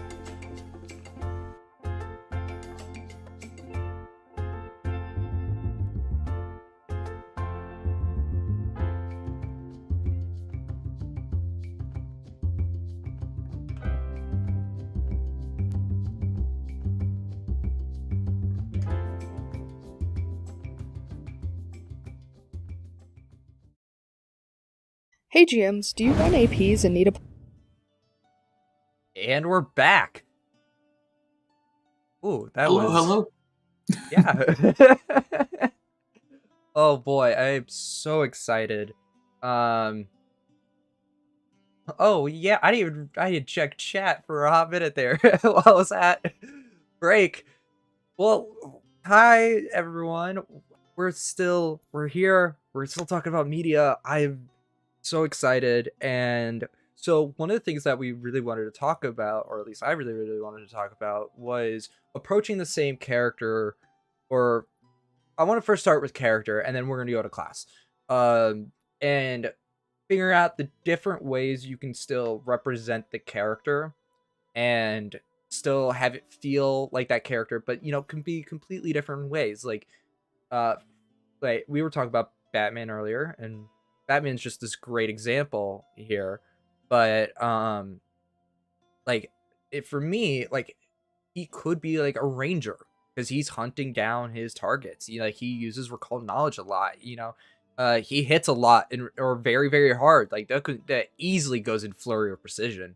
And I think, and I would love to get your take on this. Has there ever been a few characters where you've gone, well, here's 2 or 3 ways that I could build it, and then how'd you manage to, how do I put this? Have you managed to kind of come to a consensus of how you best thought the character would act? So I built Bane for the channel, and Bane was one character where I definitely had 2 or 3 ways to work it out. And I ended up going rogue, like a the thug rogue, the ruffian rogue. Yeah, I'm still thinking of first edition, but the ruffian rogue, and then with multi-talented getting alchemist dedication, and then just going really hard on alchemist after that to get like the mutagens and stuff going, as because I wanted Bane to have that venom, and that's because I wanted Bane to I wanted to be more true to Bane's character story of he started off as just a very capable inmate, and that sort of what he could do really fit with the rogue to me as someone who was highly intelligent, but also this very physical person who could go and thrive in any sort of situation. When you talk about someone who can thrive in any situation, to me, that's the rogue. Especially in second edition where they get, skill feat every single level, Yeah. and they get just the massive amount of skill The training. 7+ intelligence. Yeah. Just massive skill list. I was like, if there's ever a character, if there's ever a class that you can just drop in any situation and they thrive, it is the rogue. That's what they do. And that's what Bane does. Mhm. And so I wanted that foundation to be in the character. And then but we still needed to get his venom in there at some point. So that's where the alchemist came in, and now you get to have these infused reagents to where like you can become this big beefy monster who's still, got 20 skill feats in him for some reason. But you can there's also the Bane from there's a different animated series where it's got like kind of a lot of weird takes on the character. And Bane was like this scrawny guy. He was a scrawny guy, and he like invented venom. Like he was a scientist. And that version of Bane could totally be just a pure alchemist, just a straight up alchemist, where you're just you're giving yourself bestial mutagen and juggernaut mutagen, and you're just going ham. And then if you wanted to look at like the Christopher Nolan version of Bane, he's just a straight up fighter. Like, yeah, he's smart, but he is the person who he knows he's like the tactician, but he's a tactician with like brawling. So he goes in there and he knows exactly what to do, how to punch. And then he also has like this intimidation factor about him. And fighters also have like that sort of little feat path in there where they're also intimidating people on hit as well, like similar to what the rogue can do. And so there was 3 ways in my mind of like, this is how Bane could go. And realistically, I could make those 3 videos and just use those 3 different sources for the Bane footage, and we can have 3 different videos going right there. And I think I did at the end of that video, I had like a pretty long like blurb about like, here's the different ways you could have done it instead. Mm-hmm. But yeah, like that's one character where it's like, this character has been represented in media multiple ways, and very clear, distinct ways at that. So it's going to be pretty hard to sort of say, oh, this is the version of Bane that you grew up with. Here's how you make them. Because for everyone, that's different. Or, if you had like the Batman and Robin Bane, and he's just like, a green barbarian, then he could just be a green barbarian. I don't know. Like, because I didn't think about making that one, but he could be that one. Yeah, because like I was thinking, like when you mentioned Bane was, he's a barbarian. He gets big. He gets angry.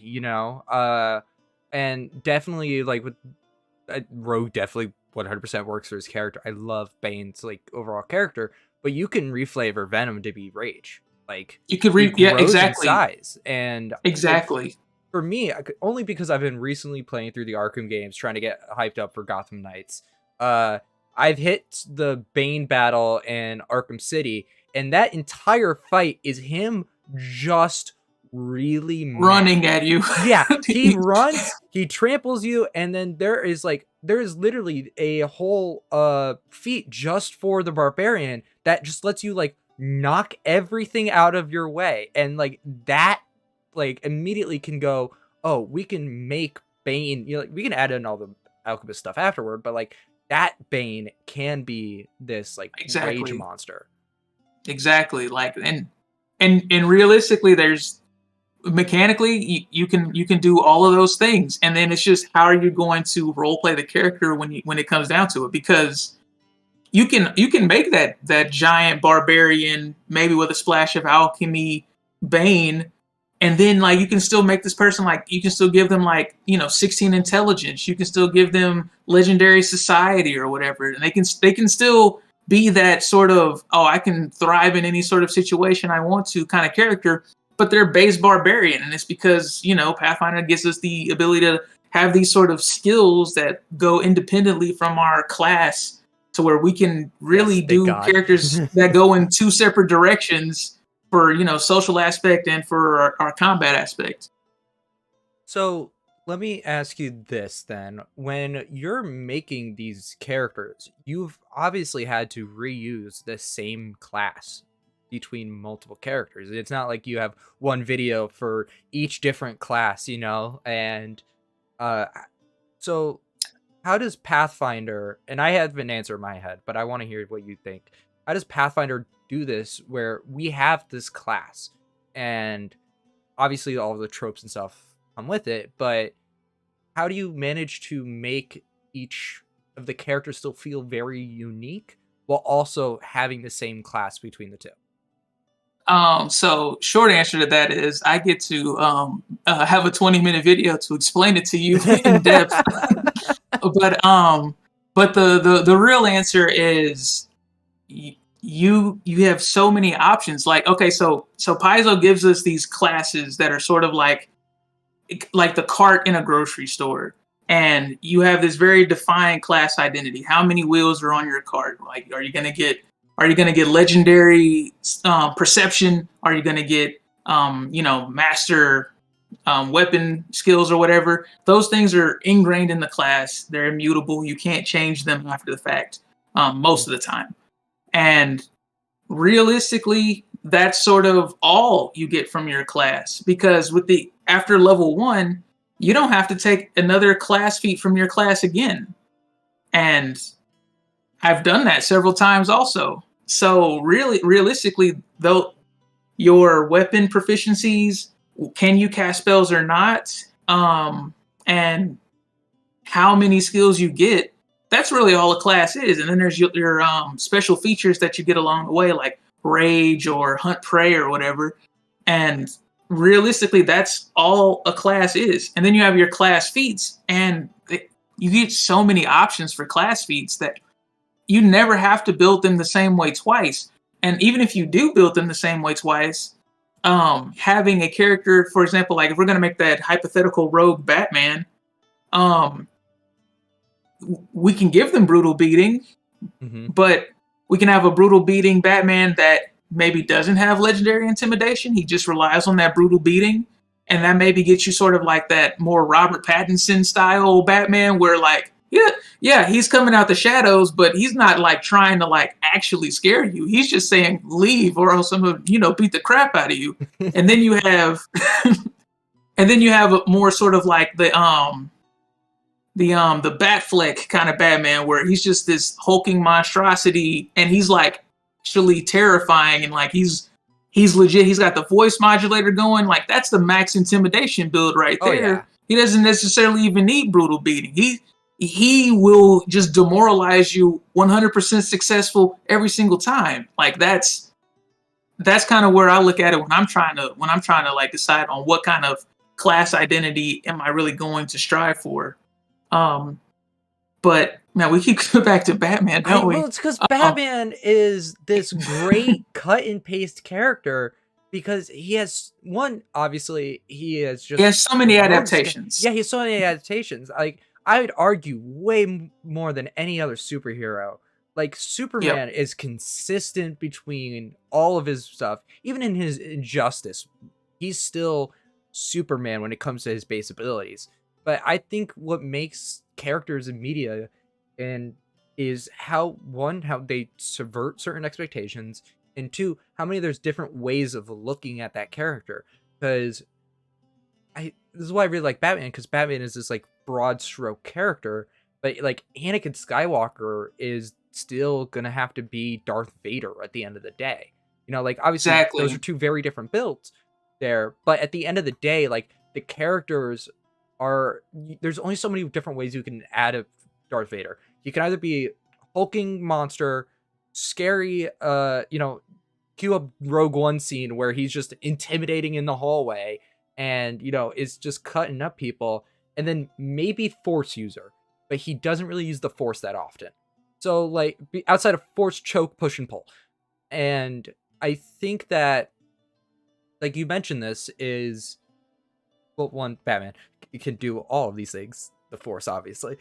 But having this kind of range, do you feel that Pathfinder kind of lets you flourish in a way that you probably couldn't do, let's say, if we were doing first edition? Easily. So Jonathan Knox in the chat.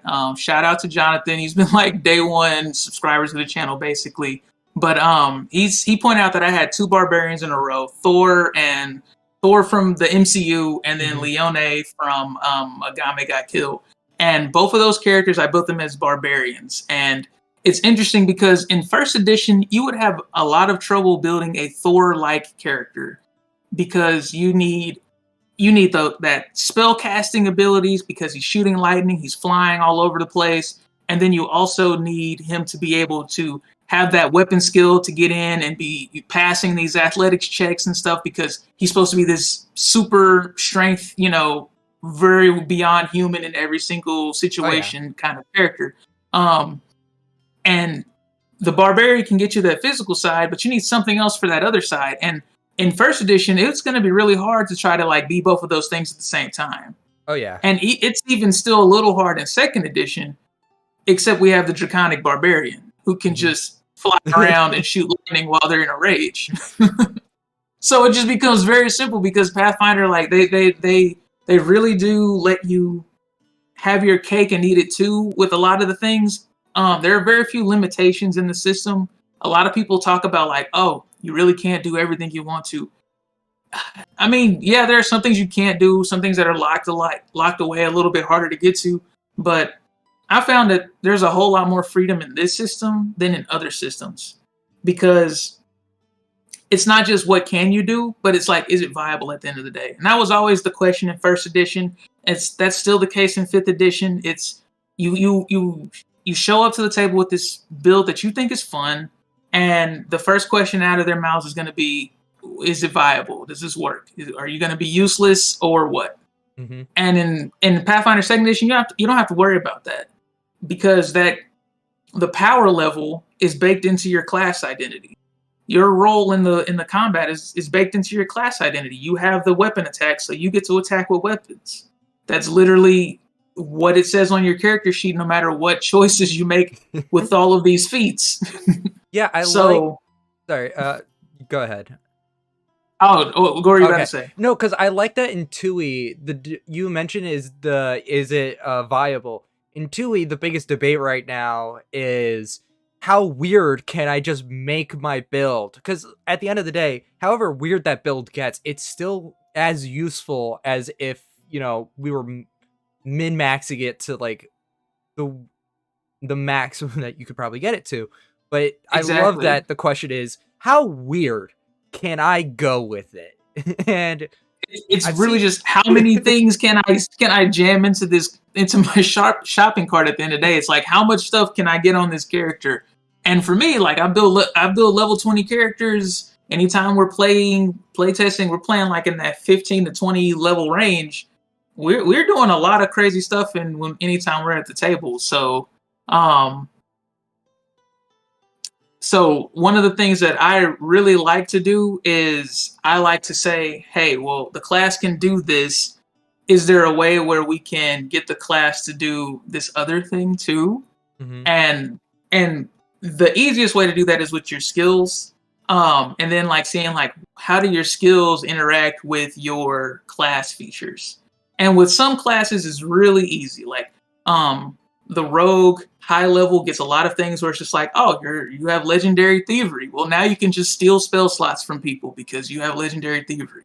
But then other classes, you kind of have to like figure out how to get them there. So like with Geralt, he had to have like high level nature so that he could recall knowledge for anything through his investigator, not through his investigator, through his Pathfinder agent dedication.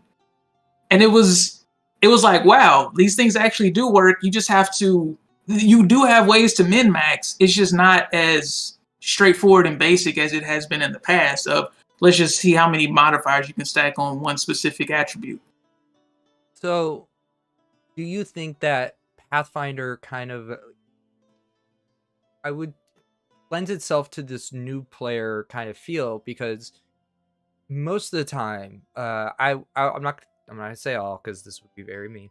But a lot of new people, when it comes to TTRPGs, like coming into it, are only coming in with the media and the stories that we know.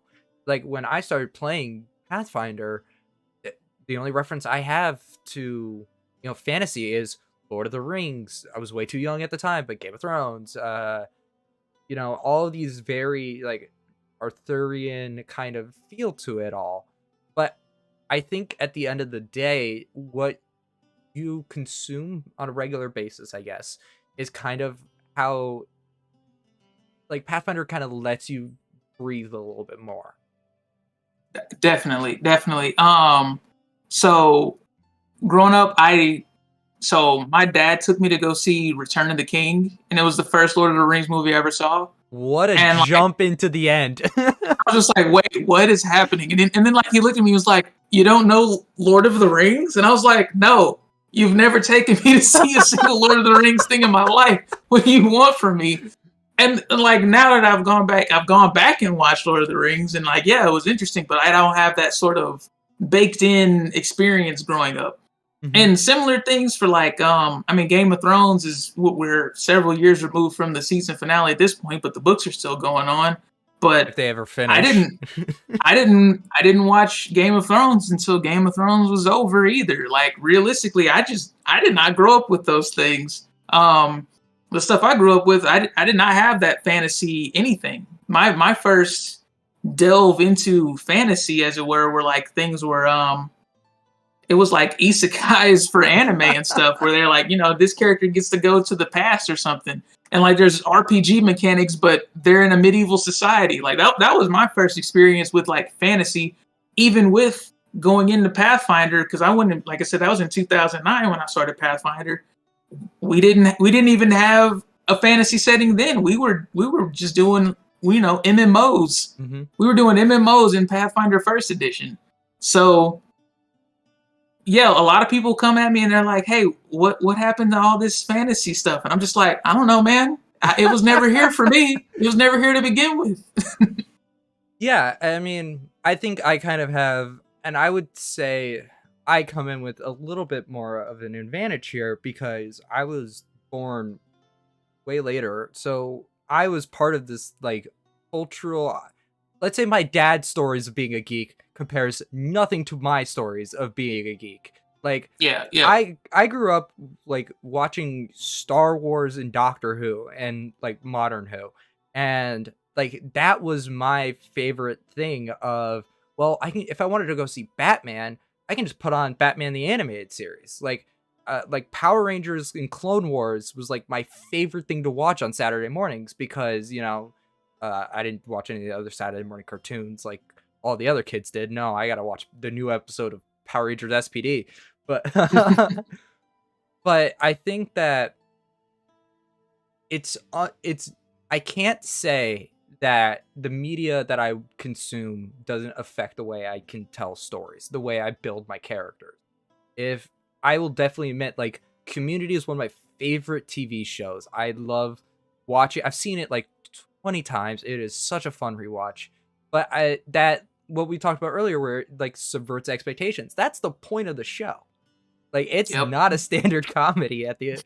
By the time you hit season 3, it is long gone from being a community college. It's you got paintball to community animated special to a Doctor Who ripoff. Like, I think that having this sort of mentality, how does that kind of track as you've kind of had these, like, our experiences here are going to be very different. So I'm really keen to knowing of how does, as new media comes out, how does that kind of change your perception of storytelling? Because obviously with every new generation comes a new set of stories. Obviously, So I will say that like neither of my parents are nerds in any way, shape, or form. Like they were both career military. Like they were just like, no, you go to school, you come home, and then just go to sleep after we feed you. Like don't do anything else. And like it really wasn't until high school where like I started to like kind of come out of a shell and say like, oh, what's actually fun out here? Like I watched TV and stuff growing up, but like I really didn't analyze anything. I wouldn't say I like enjoyed most of the things I watched, because a lot of things I watched they just didn't interest me. And then like once I got into high school and people started like just telling me about things, and I would like using the blossoming power of the internet, I would go and find them. And then I was like, oh, okay, wait a minute. Batman animated series was super cool. I never watched this. Oh, Naruto is super cool. Let me go watch like 400 episodes of it right now. um, and then when it came to like actually doing TTRPGs, so at that point in my life, one thing that I did have growing up is I watched Star Trek. My mom was a Star Trek fan because she was in the Air Force, and like Air Force kind of translates into wanting to control the skies, controlling space and stuff. Like she was very interested in that thing. So I watched a lot of Star Trek, and looking back, that sort of did influence the way I ran our tables as a GM, because for me, it was always, I have a story to tell. What's the theme for my story? But we wrap it up in one session every time. We're wrapping up the whole story in one session because, well, first off, one, I don't know if you guys are ever going to come back next week. You might find something new to do. And then two, I was very inspired by like those sort of like serialized television shows where there is no overarching plot, or at least if there is, we kind of hint at it at the end, and maybe something is connecting connecting later on, but it was always about one session, one shots was just like, how powerful can we make those? Powerful as in like powerful storytelling devices. Yeah. And then when I came back to TTRPGs, we still do a lot of one shots because I need to test builds, but we also do a lot of like overarching stories where like I'm trying to like have like political intrigue and trying to have like, basically, I'm playing a 4X game in my head while everyone else is playing an RPG. And I realized that was influenced because I actually do play a lot of 4X strategy games. I did go back and watch, Game of Thrones and stuff. And these things, they did influence the way that I like to tell stories because those are the kind of stories I enjoy. And like we talk about media, and at least in this interview so far, it's been a lot of TV shows, movies, comic books, but video games are also very important narrative telling devices. And you mentioned the Arkham games as well. And the Arkham games are like, they're almost like masterworks of just storytelling. Like there's so many great plot hooks in all of the Arkham games. There's so many great plot hooks, like even in like Skyrim, like when there's just randomly like the way the Dark Brotherhood quest line starts of just like, oh, you killed this person. Look, next time you go to sleep, there's a note in your pocket that just says, "We know." Like that was amazing.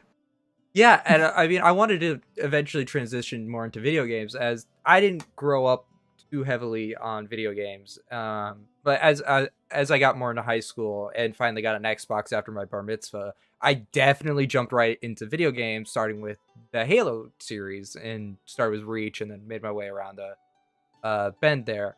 But I think I wanted to tackle video games on its own because of how similar it is to a TTRPG, because we have a lot of RPG games. Like The Witcher, for example, is an RPG game, and you mentioned Skyrim, and obviously got like Fallout and such.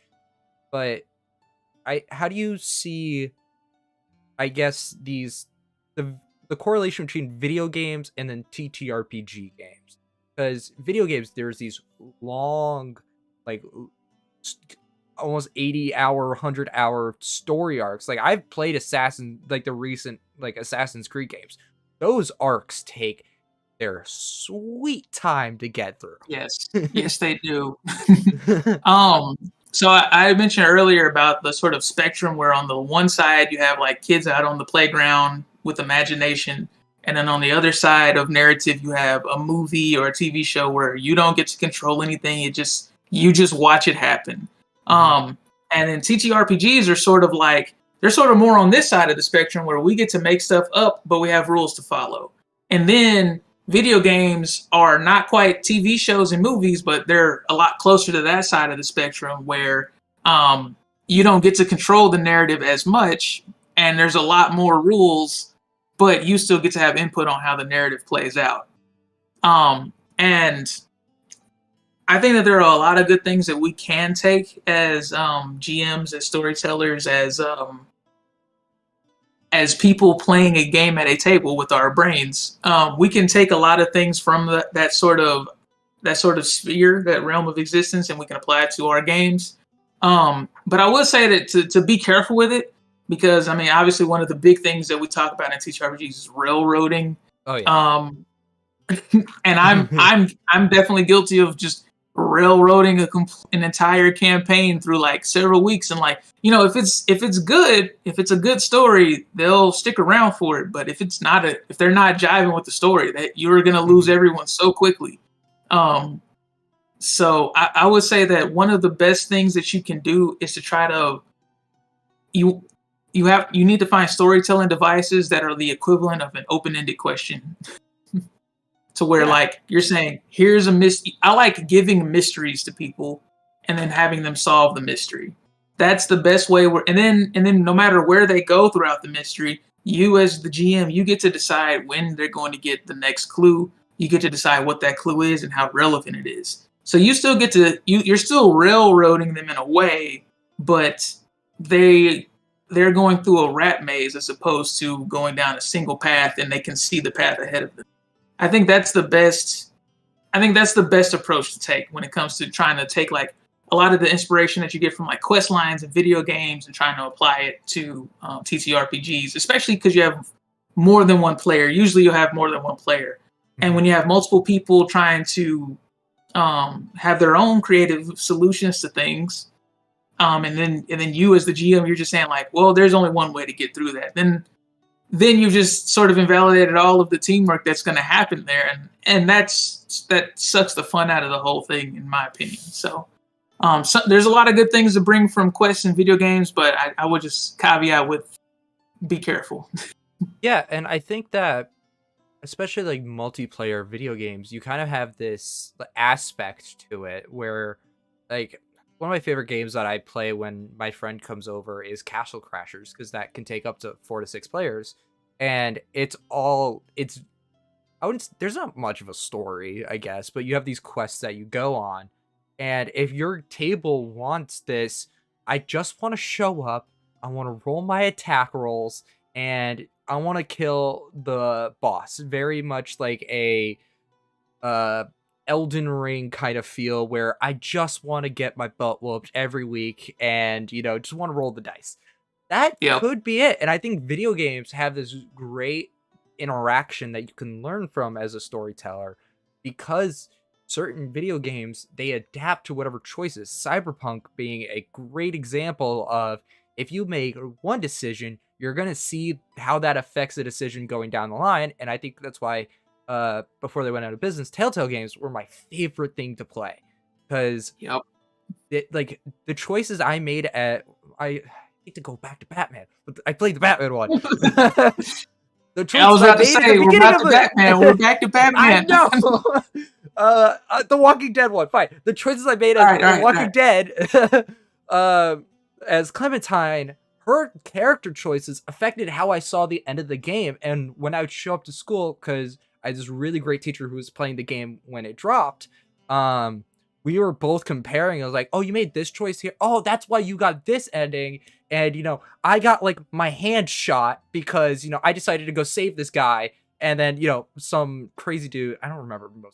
It's been a while, but, you know. That's so awesome. I need to go back and play it again. I haven't played it since it first came out. So yeah, I love all the Telltale games. Right? Like, I love, like, you could draw these inspirations from it. Like, Telltale is still a video game. You're still limited in what the story, but it feels so open-ended.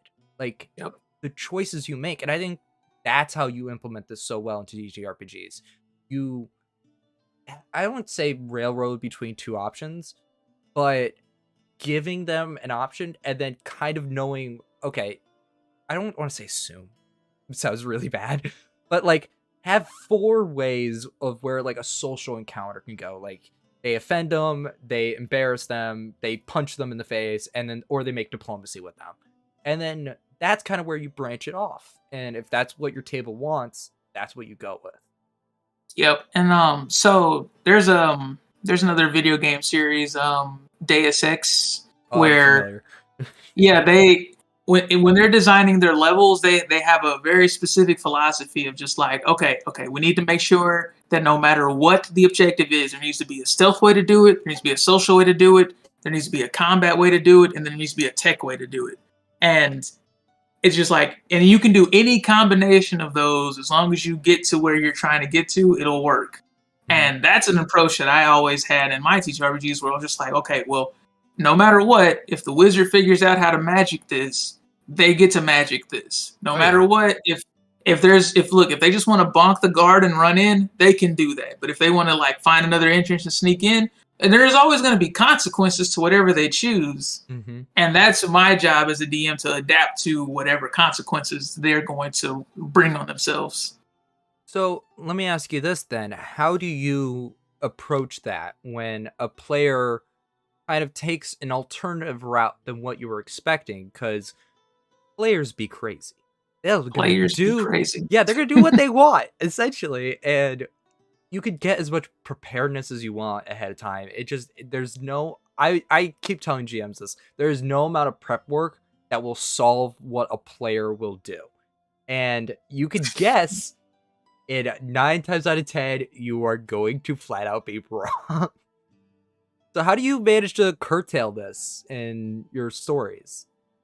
Well, I mean, like, as a GM, you have all the power. So, like, realistically, you never tell your players what to do, but you control what all of the NPCs in the environment do. I'm really more about letting my players have fun in a sandbox than I am more about telling my own story, because I know my own story. They don't. If they want to find out my story, they can find out my story by going through, whatever rat maze I've given them. But if they, at the end of the day, if they want to just chew straight through the box, I'll let them chew through the box. Like, they can go and do whatever they want to do. And like I said, at the end of the day, I'm the one who can adapt the world to what my players want it to be. And so if they don't want to face my BBEG and they want to go run in the woods, well, okay, like, fine. Here's like a, all right, fine. Here's a, you come across this criminal operation that's happening over here. They're going to stop you and ask you for a toll. Do you pay the toll? And they're like, players will almost never pay the toll, right? No. they're going to try to get out of it any way they can. And now you have like a completely new quest hook. And it's just like this thing that started with a toll because they wanted to go on a random road that no one had maps. And now they're, facing against some new criminal element out here in the wilderness. And I'm like, okay, I don't know. We can just do it. I guess you have to be a person who can just think on the fly, but I don't know. That's why I feel like that's why we get into this game, because we like to do things on the fly. Yeah. Do you know the Shadow of Mordor and Shadow of War series? Oh yeah, I didn't actually get to play them, but I'm aware of them. So they have this really interesting mechanic where if you kill like a certain person, like that'll affect the structure of the orc army. And one thing that I really liked about it is I would hit certain bosses and flat out suck, and then immediately run away from the encounter, and then just kind of go off and do wherever in Mordor. And I think what could be really fun is if you have players who do that, but you still want to kind of remind them why they're there, have an NPC come back and just remind them of, oh, you didn't deal with me. Now I'm going to burn the forest down because you did not stop me. Oh, totally. So I've done this before. Like spoilers for Plague Stone in case anyone's not played that one yet. But Vilry is the big bad of that one. And my players did not care. when we started Plague Stone, I was like, here's the mystery, guys. We're just running this little adventure real quick. And they were just like, what? We'll just wait until the next caravan comes and we're just leaving this town. We don't care about this guy who got poisoned. So I was like, all right, fine. Later on, like we were doing like a completely different sort of adventure, like a more homebrew adventure.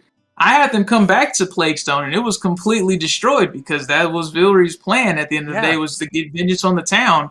And then like they had to fight this master alchemist, and like at this point, my players were like level 17. So look, Vilry's level 18 now. So now you guys got to fight her. So I leveled Vilry up all the way, and I was just like, yeah, let's do this. I mean, I bought this book. Damn it, I'm not gonna I'm not gonna waste this character. Yeah, and I love the idea of giving consequences for choices that players particularly didn't take. And so a great example I turn to is the Iron Gods AP. Spoiler for a 5-6-year-old AP. But after you finish the first module, it's assumed that you go directly to go deal with the next BBG, who is Helion, who's this essentially, I don't want to say Iron God because that's so on the nose, but that's essentially what he calls himself, the Iron God. And my players decided to go take a back trail to go visit one of the players' family that was out in a different town that I made up called Ivengard. And because they took so long, there is an outpost you're supposed to get to that is having hostages like being held. Because they took an extra week, they showed up, and there was a few like guys left from the Smiler Day because I still wanted the NPCs to come back. They're just fun NPCs to run. They're like mini jokers. But they showed up, and 2 out of the 3 hostages were shot dead because they decided not to go immediately to the threat. And I'm just like, that's what happens. If you decide not to take a choice in real life, there are consequences. If I choose not to edit a video for like 3 weeks straight, guess what? The consequence is my video doesn't go up when I need it to go up. You know, obviously I don't make choices as big as, 2 hostages die on a daily basis, but this is fantasy. You can literally have those 2 hostages unfortunately be the results of the players, and that gives agencies to the player. Yep. And then like also in the same vein, your players are not the only players in the world either. So yeah, that's there's other adventures out there. I like having other adventurer type characters show up in the campaign, and they're like, no, I'm gonna do your job for you, man. If you're not gonna do it, we're gonna go do it on our own. And now like there's this sort of rivalry that happens between, sort of my PCs and the PCs at the table. I've done that a couple times, and it was always hilarious. I like it. Yeah, and then I think what's really, really cool is, like, to kind of, like, bring it to, like, Avatar The Last Airbender is, even when they're not directly dealing with Ozai is still taking over the he takes over the Earth Kingdom in Book 2. Yep. And, that one general that they thought they beat in the first book comes back and wrecks a monk while they're in the library. So, like, having this structure, I guess, of your villains are just as active as your players are.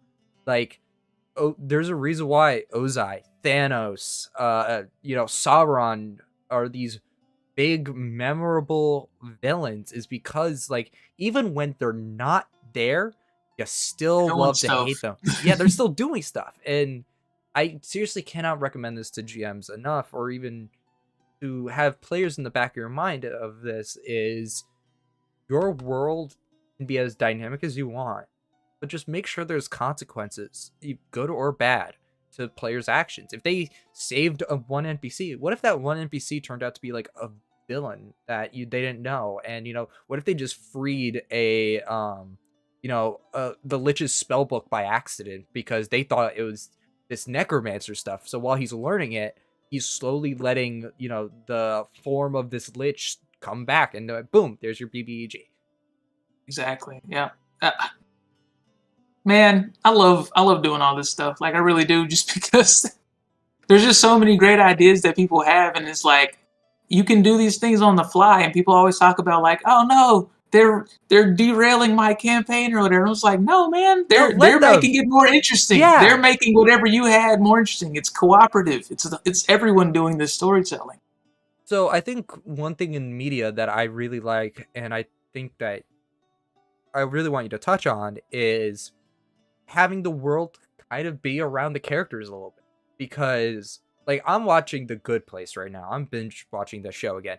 That show revolves around the 4, 5, 6, if you count Janet, characters in that story. Same with Community. You have the study group. They make a whole episode about all the other side characters that get absolutely screwed by the main study group. How do you see media kind of getting surrounding the characters, but then reflecting that in the TTRPG, having the story reflect on the characters? So I was recently playing through a video game, and I play a lot of like indie games. And one of them, I forgot the name of it, but you were basically you're like you're a pilot, or you're a captain of a ship. Like it's like far future kind of stuff. Sea It's of kind of like a Thieves. Dune.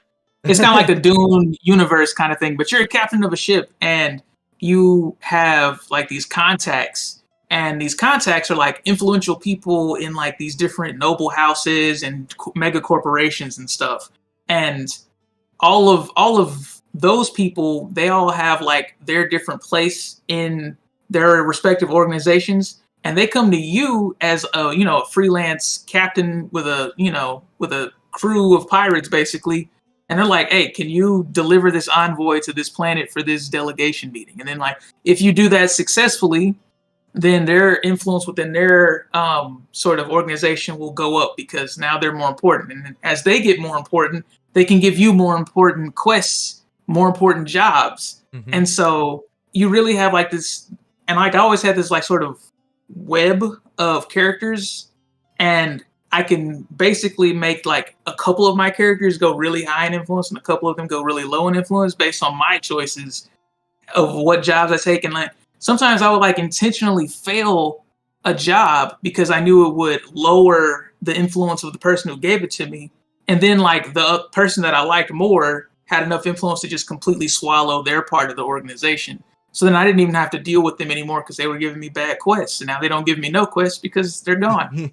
And like that idea was like super interesting to me. And that's like something that I want to bring to the next time I have like a big homebrew campaign of just like, how do I make it to where my players have this not only just agency in what they're going to do in the quest, but like they feel like they're actually impacting the entire world, like I felt in that video game. Like I was doing stuff with the whole galaxy, and all I was just one guy in a ship moving cargo around randomly. Like I was like, but I'm still like impacting this whole system around me. And that's something that I want to bring to an RPG if I can. Yeah, and I think even in real life, there's so many figures that just one person affected so much. Like even in real life on Earth, like I'm reading this book about a man named Harry Anslinger. He's the guy who started the drug war that has lasted for over 100+ years, and so that's just one person, and you can reflect that in your setting, like. And obviously the characters are about 4 to 6 players, that maybe more, maybe less, depending on how you want to go. But like my favorite is I'm choosing a different character, not Batman this time. I keep going Batman.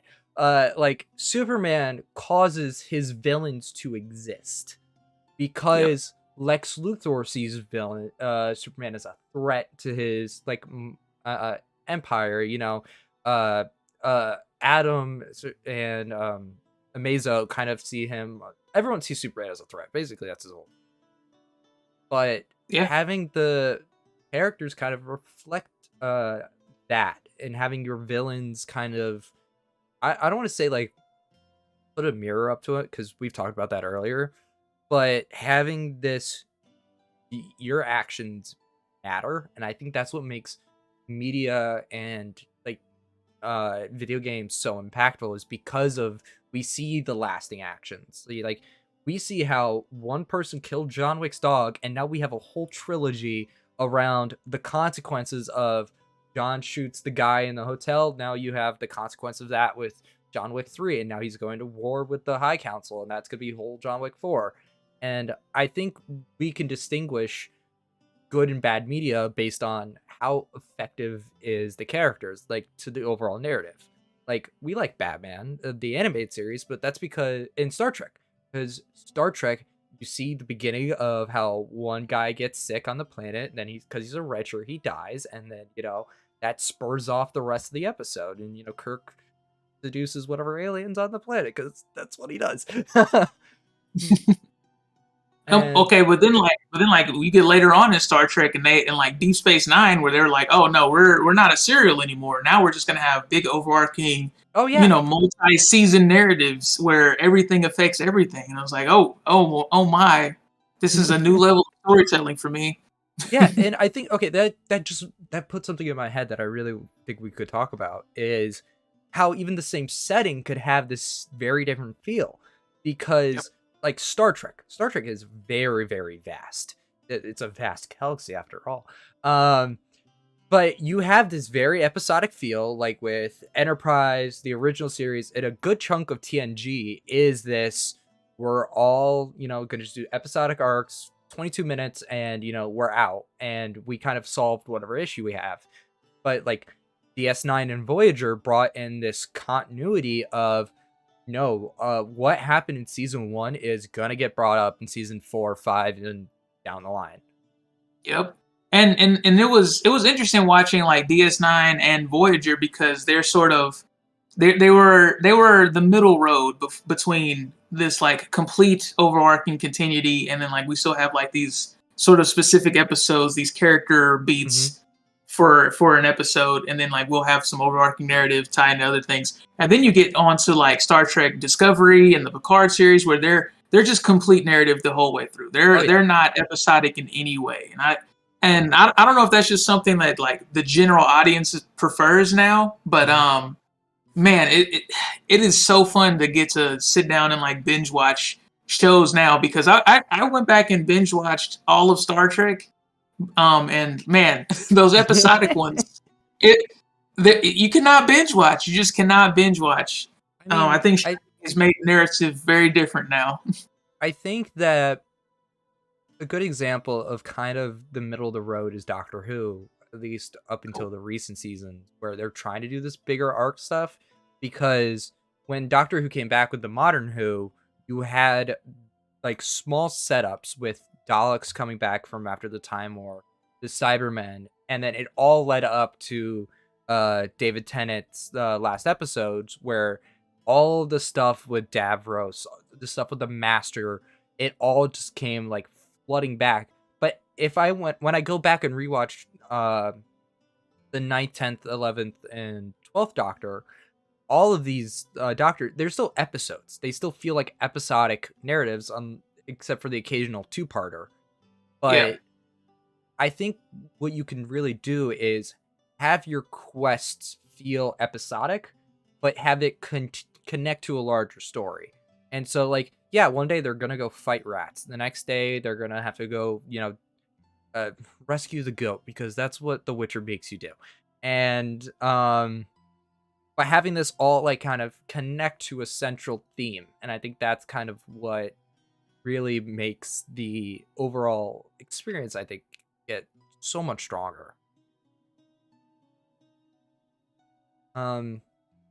So before we like start wrapping up and everything, what has been your favorite part about your channel and making the characters and making all the different takes on it all? I'm legit super curious. So my favorite part has always been just, if I have some idea, and apparently no one's had the idea before, because when I post the video, everyone's like, "Whoa, what? This is impossible. How did you do this? Why would you go this direction?" Those are like literally my favorite moments, because a lot of times when I'm first sitting down making these characters, it feels obvious to me, and then I sit and spend like 2 days making a script, and I'm like, oh, this is me explaining everything in detail, and I'm like, man, this is getting old to me. And then when I put it out there, people are like, whoa, this is different. Like, we didn't even expect this. Like, that is the best part for me, and that's happened on like maybe like 6 or 7, maybe even a dozen videos, and it's just like, yeah, this is great. And And then the second part is just getting to see other people's ideas, because a lot of times, I want to do something one way, but then another person has another idea, and then they'll leave like this massive explanation in the comment section. And I'm just like, man, this is really interesting to think about. And I mean, I take those a lot of times as inspiration going forward of, what to do with different characters, different ideas, to look through those, and just the sort of back and forth between the ideas I have and the ideas my audience has is like it's been really fun and really interesting for me. I mean, I'm definitely prone to be that person who's just like, man, I thought Geralt was gonna be a magus. He Okay. was a little bit. He was a little bit. I remember I was in the car while I was listening to it, and as soon as I heard, and we're gonna be taking the magus dedication, I was like, I freaking knew it. Granted, I didn't spit out of control just like that, but in my head I was just like, yeah, I get it. So, as we're wrapping up, where can people find you? Your socials, to watch your videos. I really suggest everybody check them out because, oh my god, they're amazing.